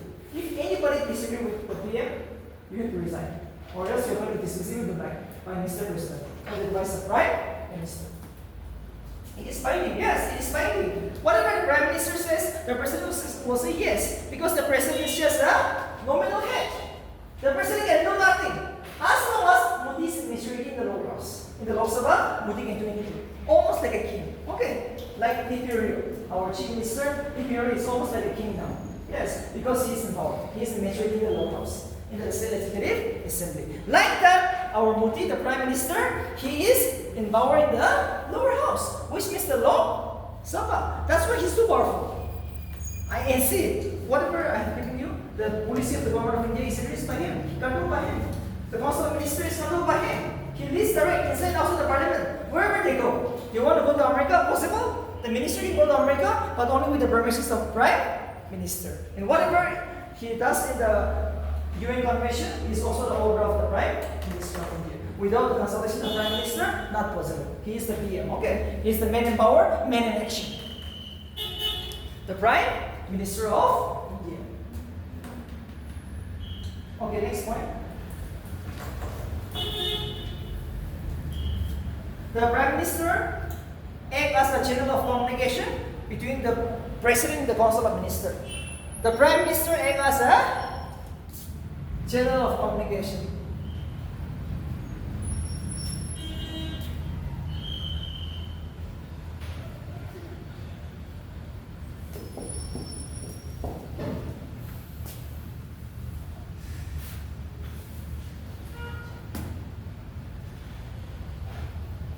The Prime Minister acts as the channel of communication between.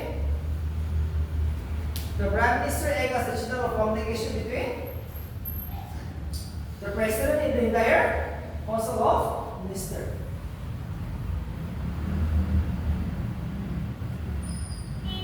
Anytime, every time. Okay, the Prime Minister should every time have connections with the President and the entire Council of Ministers. Every information has to be sent through the Prime Minister. Next point you can write. It is the duty of the Prime Minister. It is the duty of the Prime Minister. It is the duty of the Prime Minister to report to the President regarding the activities of the Council of Ministers from time to time. It is the duty of the Prime Minister. It is the duty of the Prime Minister. It is the duty of the Prime Minister to inform Mr. President. To inform Mr. President regarding the activities of the Council of Ministers. Regarding the activities of the Council of Ministers. Council of Ministers from time to time. From time to time. Yes, whatever the Council of Ministers does, right, should be informed to the Mr. President only through the Prime Minister, anytime. So these are some of the powers and functions. Where, see, the President, the Prime Minister, Council of Ministers works together. Yes. Now, whatever the Minister does should be given to the Mr. President because officially, Mr. President, name should come up. Thus, it has been appointed the new Chief Justice of India. Who has done that? Mr. President. But inside it's the Council of Ministers headed by the Prime Minister. That's why they have to work together. In democracy, in a parliamentary form of government like India, the Prime Minister, the Council of Ministers, and the Mr. President works together. Harmony. Okay. If you go to America, no. In America, we have a presidential form of government. In America, no. The minister, the president will never work together. Okay. But in India, we have a good connections because we adopted the parliamentary form of government where they have to work together. Nobody can work against the other, they have to work together. Separately, that possible. You have to work together. Next point. The Prime Minister is the leader of the nation during peace and war.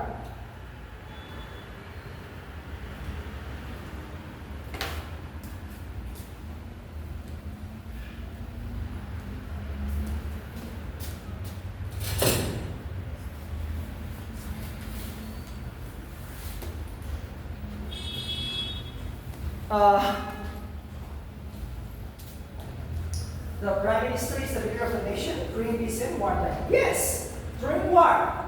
Who will assume the role? It is Prime Minister, not the President. No, it is Mr. Prime Minister. War is when we fought in the name of Mr. PM, Narendra Modi. If we are to fight Pakistan in the name of Prime Minister. If we have to wage a war with China, America, in the name of Prime Minister of India.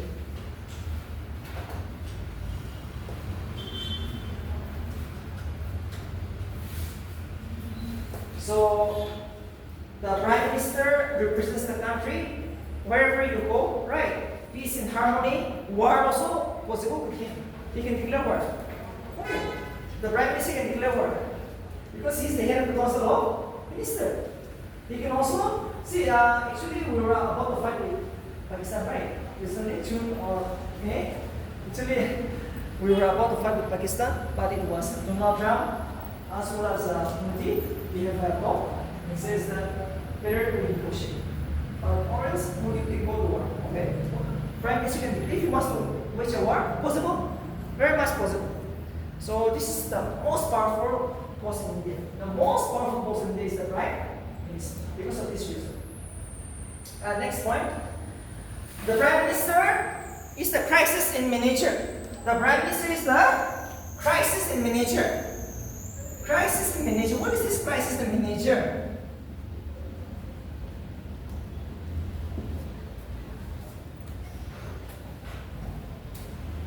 Crisis in miniature means during conflicts. Right? Take example. Might be two states are fighting. Assam and Manipur are fighting over land. Or, take example, Manipur and Nagaland is fighting over Sukhumvit.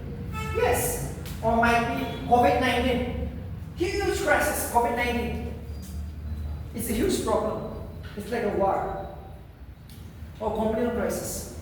Muslims fighting with Hindus. Who will come to rescue? Who will come and solve the problem? Who will try to negotiate, bring peace? It is Prime Minister. That is why he is also known as crisis in Asia. Which means any conflicts will be settled through negotiation. Anywhere, any place, inside, outside the country. The Prime Minister will come because he is the political head. Okay, he will try to solve the crisis. This is very important. The Prime Minister, wherever is in Manipur, he come right to solve the law and order problem also. He has come. Unfortunately, as of now, he is unable to solve the problem. But actually, he is the Prime Minister who has the absolute power at the end of the day because he is the political head, the real head of the country. Because of that reason. Next is.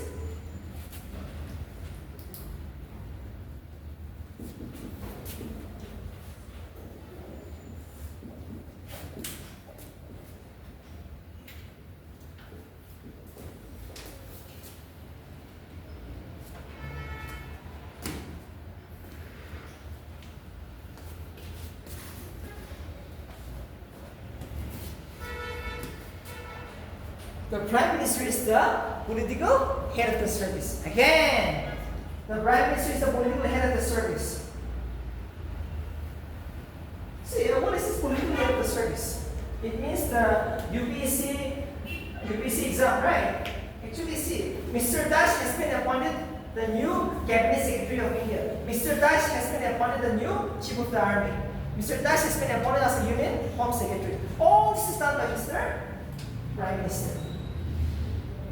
If you grade UPSC, right, your appointment is done by this Mr. Prime Minister. So, if you want to get fast promotion and all, you must have a link with Prime Minister. The IAS officer, the IPS officer, and all, right? All are under the head of the Prime Minister because he is the political head. So, politically, India is a political country, right? So, he can do anything. You might be the army chief, navy chief, but he's the man. Who will appoint you as the army chief? He's the man. No one will go against the Prime Minister. So, in short, the entire Union Executive or the Government of India is in the hands of the Prime Minister. Nothing outside him, everything inside him. Because he's the head. Inside, outside the Parliament, he is the man. So, this is too important. That is why he comes to Nagaland sometime. Right? Modi has come with us 2 times.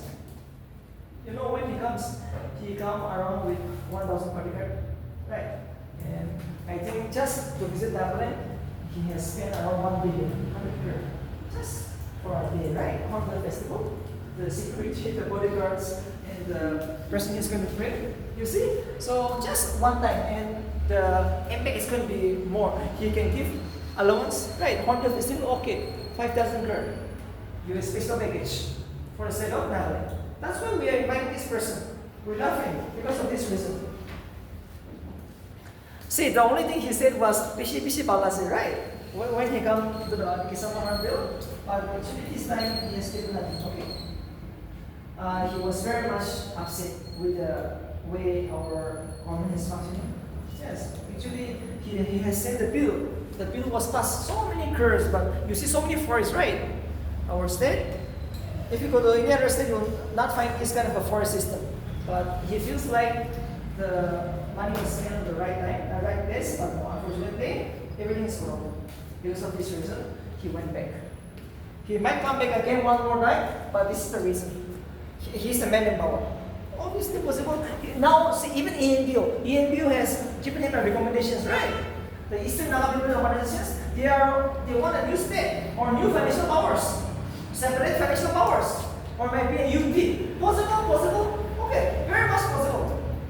Recommendations the Prime Minister is doing more. Without his powers, knowledge, nothing is possible. So to create a new state, financial status, he's the man in action. You want a scheduled tribe status, scheduled caste, possible? He's the man, political head of the service.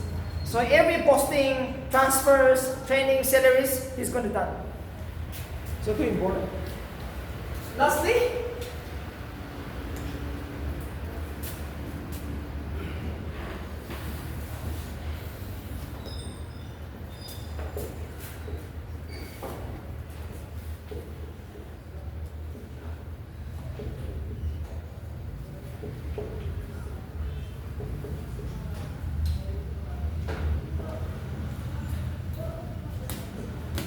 The Prime Minister is the chairperson or chairman of the Niti Aayog, Planning Commissions, National Development Council, Interstate Council. These are the most important non-constitutional body in India.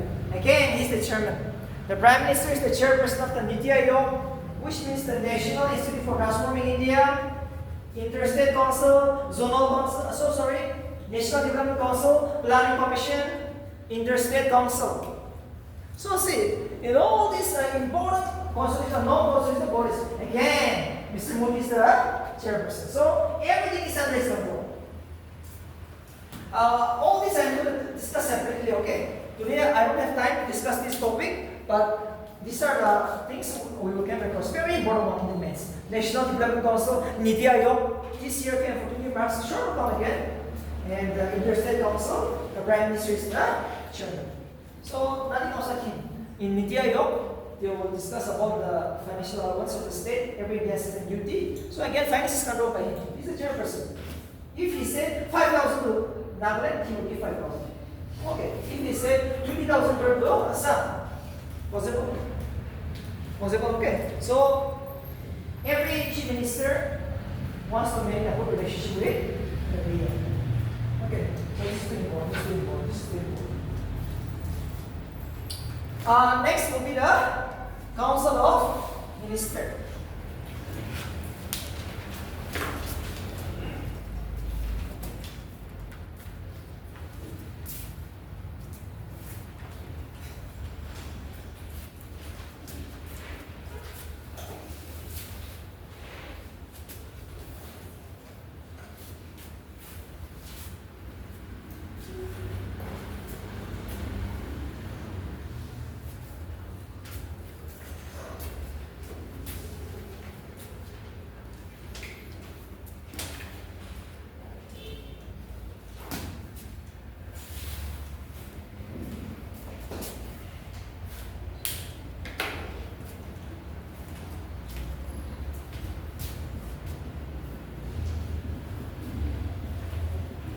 Please write down.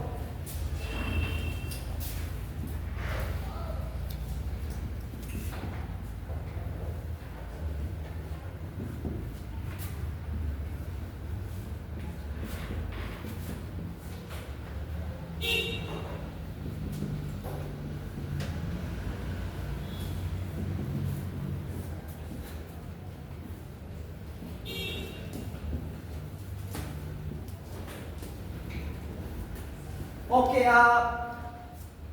Council of Ministers is divided into three categories. Okay, often asked, how many types of minister are there in India? The Council of Ministers is divided into three types. One is known as the Cabinet Minister, one is known as the Deputy Minister, the third is known as the Minister of State. The Council of Ministers,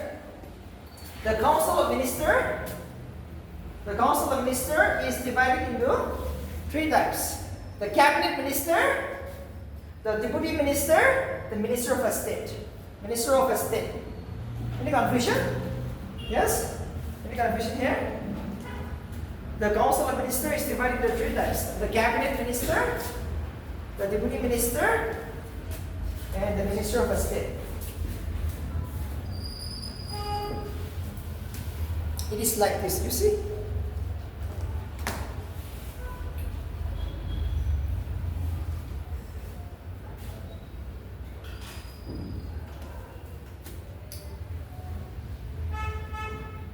Actually, anywhere in the book, okay, you will never find cabinet minister. Cabinet minister is never there. In the constitution, in the Lakshmika or any other book, it is known as the Council of Ministers. Council of Ministers will include all these ministers.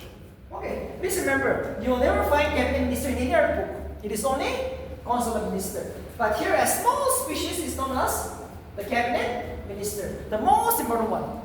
So, Council of Ministers, all these three are part of the Council of Ministers. In BC, 2 marks, they can ask. Council of Ministers consists of, you write all these three, you get 2 marks.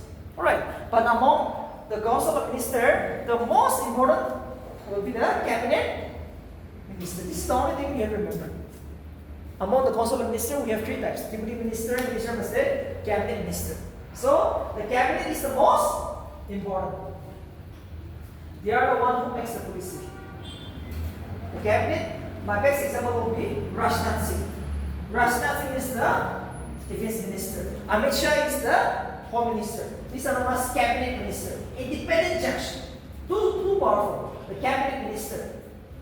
Whereas the other thing, deputy ministers are known as just like not a minister but to assist the ministers. Okay, not that important. So, but when I say minister of a state, okay, for minister of a state, he will be given a very small independent charge. Take example, minister of a state for minority affairs, a small department. Okay, but not like the home department. The home is the largest department in India. Home ministry is the largest department in India. So that is known as the cabinet. That is not a minister of a state. But minister of a state means you might be given a small department independently. You are also a minister, but you are not cabinet. You are council of minister. Too important, right? Cabinet means different. Cabinet means who is holding the most important department in India. Too important. Who are cabinet minister? The minister who are holding the most important department in India, like home minister, defense minister, finance minister. Okay, but if some minority minister, or just take example, I'm a minister for silviculture of a state, small department. I'm a minister of sports, but a small department, right? This is known as minister of a state, independent judge. So, before I give you the notes, remember this, you will be confused. Almost similar.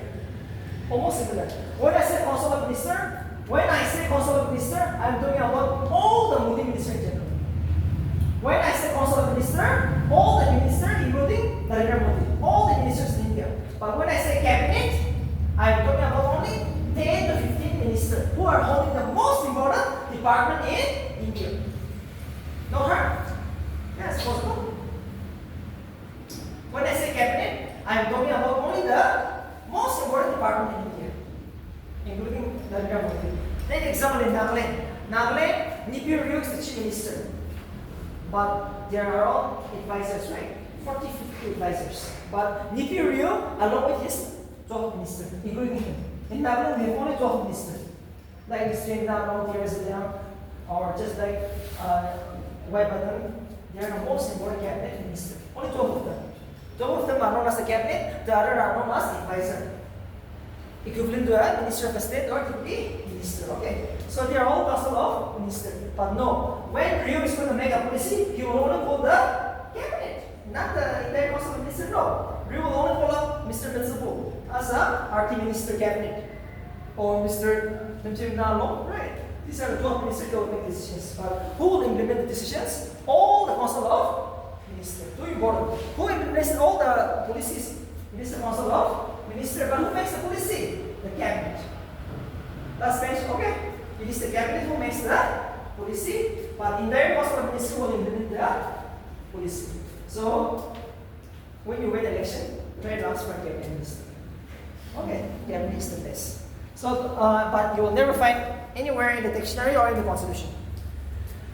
You will only come across the name Council of Minister. So let's write the powers and function. Powers and function of the Council of Minister. Powers and function of the Council of Minister. Number 1.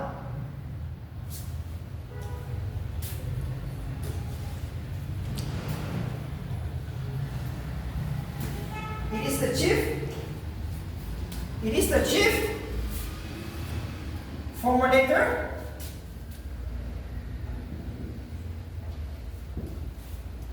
It is the chief formulator of the nation policies. It is the chief formulator of the nation. It is the chief formulator of the nation policy.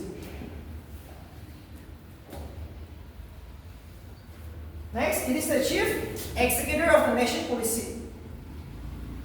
It is the chief executor of the nation policy. It is the chief executor of the nation policy. Yes, the cabinet, the council of ministers are the one who makes the policy. Okay, all the nations say. Actually, Narendra Modi means the council of ministers. Why Narendra Modi is too strong? Because his council of ministers are too good.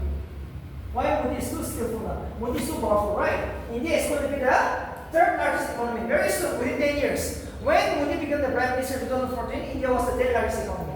But within 5-10 years, India is going to be the third largest economy. Because of this reason. He has a very good council of ministers, the cabinet ministers, Rajnath Singh, Amit Shah, Nirmala Sitharaman. These are very skillful. These are very much just like who is the person to attract the people, to deliver. Right. That's the reason Modi is too strong. Why Modi is too strong? Because of the council of minister. If his council of minister runs away tonight, no other option. Modi has to resign. Yes. Modi has to resign tonight. If his council of minister is not good, if his council of minister runs away, Modi has no other option but to resign. So that's the reason the council of ministers are too powerful. They are the chief formulator of national policy. They are the one who will execute the policy. Yes. Next is, it deals with all the legislative and financial matter. Legislative and financial matters.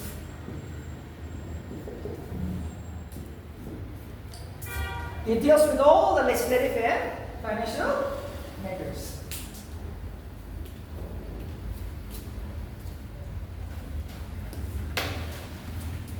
Any confusion? That means it deals with all the financial and legislative power means all the laws are made by the council of ministers in India. Legislative power means all the laws in India are made by these people, the council of ministers. Even the financial bill, they are the one who pass the financial bill. So, men in power, men in action. Money in power, yes, everything is under their control. They have the power to make the laws, they have the power to utilize the fund. The money is involved. That's why they are the men in power. Nobody can go against the council of ministers. Once they are done, no one can complain it. Next is they are the chief coordinator. They are the chief coordinator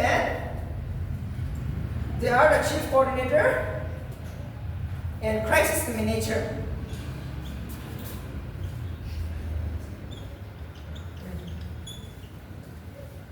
They are the chief coordinator and crisis manager.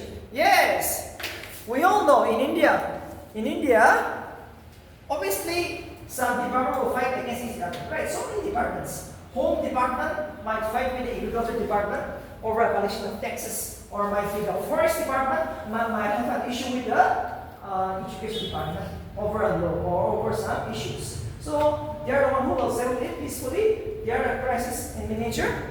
Any crisis in India, like the COVID-19, might be the earthquake, landslide, communal violence, they are the one who will come and try to settle the issues. When the Modi comes, he will bring some minister, the council of ministers, and try to settle the issue. So, whatever might be the situation, they are the chief coordinator in India, in the union cabinet, in the union department. If they fight against each other, they are the one who will resolve the issue.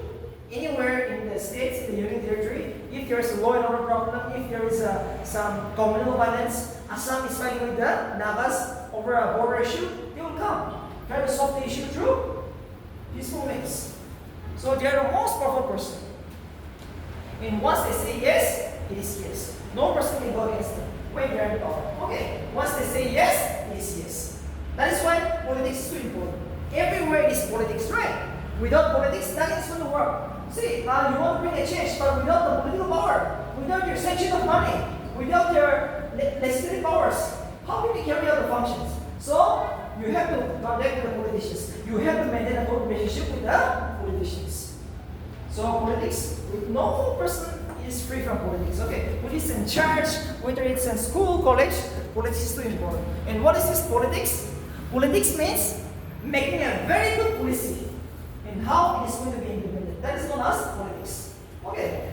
From the political science background, they might not say what is politics. Politics means making a very good policy and how you implement it in the field work, anywhere. Might be in school, college, your family. Your family is also politics. Your parents will discuss. He must go for engineering. He must go for just like agriculture, or might be the funds how they utilize. No, these are all politics. So politics means it's not a bad thing, okay? We have misunderstood, especially the Nagas, okay? Especially our Nagas have misunderstood the meaning of politics. Or else politics means to make a very good policy, collectively, not individual. See, all these are known as council of ministers, not individual. 20-30 ministers, they work together. Their main job is to make a very good policy and how they implement it. That is known as politics. So please remember all this, directly or indirectly. One day you will find this. Okay, one day you will come across this. We will stop here for today. Okay. So please remember, once you be in the as an ESC, as an ESP inspector, the state cabinet minister, the council minister, you have to maintain a very good relationship for transfer, promotions, right? It's going to be needed. It's going to be needed. So there are two important. No person is about the politics. So we'll end up here. So see here, you cannot memorize. You can just see the subheading, council of minister. What is their job? Just one point. What is the job of the council of minister? Yes, make the laws, chief coordinator, crisis manager, all legislative financial are in the control. They can bust the law, they can make a finance bill, so they can take out money, right? So this, you have to write by your own. You cannot memorize it, okay? So you go home and see the Lakshmi card, see some YouTube to be more familiar with the politics of the Indian polity. And this is very much important for men. Too important. Okay. If you study for men's, you go very deep, there is nothing to study for the men's. Prelims will be the toughest. Okay, your prelims will be question will be the toughest. And if you can answer this, there is nothing that else. It's so about your identity. So we'll see you tomorrow. Tomorrow I will discuss parliamentary form of government that exists in India. And we have a mixed form of government. In India, we have two types of government. Federal form of government, unitary form of government. So that will be my topic tomorrow, okay? Tomorrow is a very important day. We'll see you tomorrow. Best of luck. And see, one more thing. You buy the history. Okay, history is in the reception. Just go through this. Just one history book. You memorize from there, you select from there. Okay, don't study any other history book. You just buy that. You'll find in the reception, alright? Just go ahead and look at it. Huh? Yes, British men's. Aim for men's. In men's, remember, in men's, there is no ancient medieval India. In men's only, modern India for 50 marks. Okay, you will not find ancient medieval India. Men's syllabus is small. Our men's syllabus is small if you break the names. So, no ancient, no medieval. Only modern India. You go very deep. And from that book, ancient medieval, you study the basic. That is how we are here to qualify. Some of you will be very weak in history. No, you never want to study history, right? So, I have combined in a very selective thing. And if you are able to get this, you are sure. Okay, you can expect 33 questions from them. 30. I promise you, I said you will get 40 questions, so 33. But if you are too weak, it is 18. Okay, if you never want to memorize all this, it is 18. 18 will be your master out of 40. And here, polity also, 15 questions, right? Polity is 15 questions long. If you are too good, 11, 12 questions. Okay, but if you are too weak, it is 6. Yes, it is 6. Basic thing. Try to get 6. This is how we reach the cutoff. We'll see you tomorrow.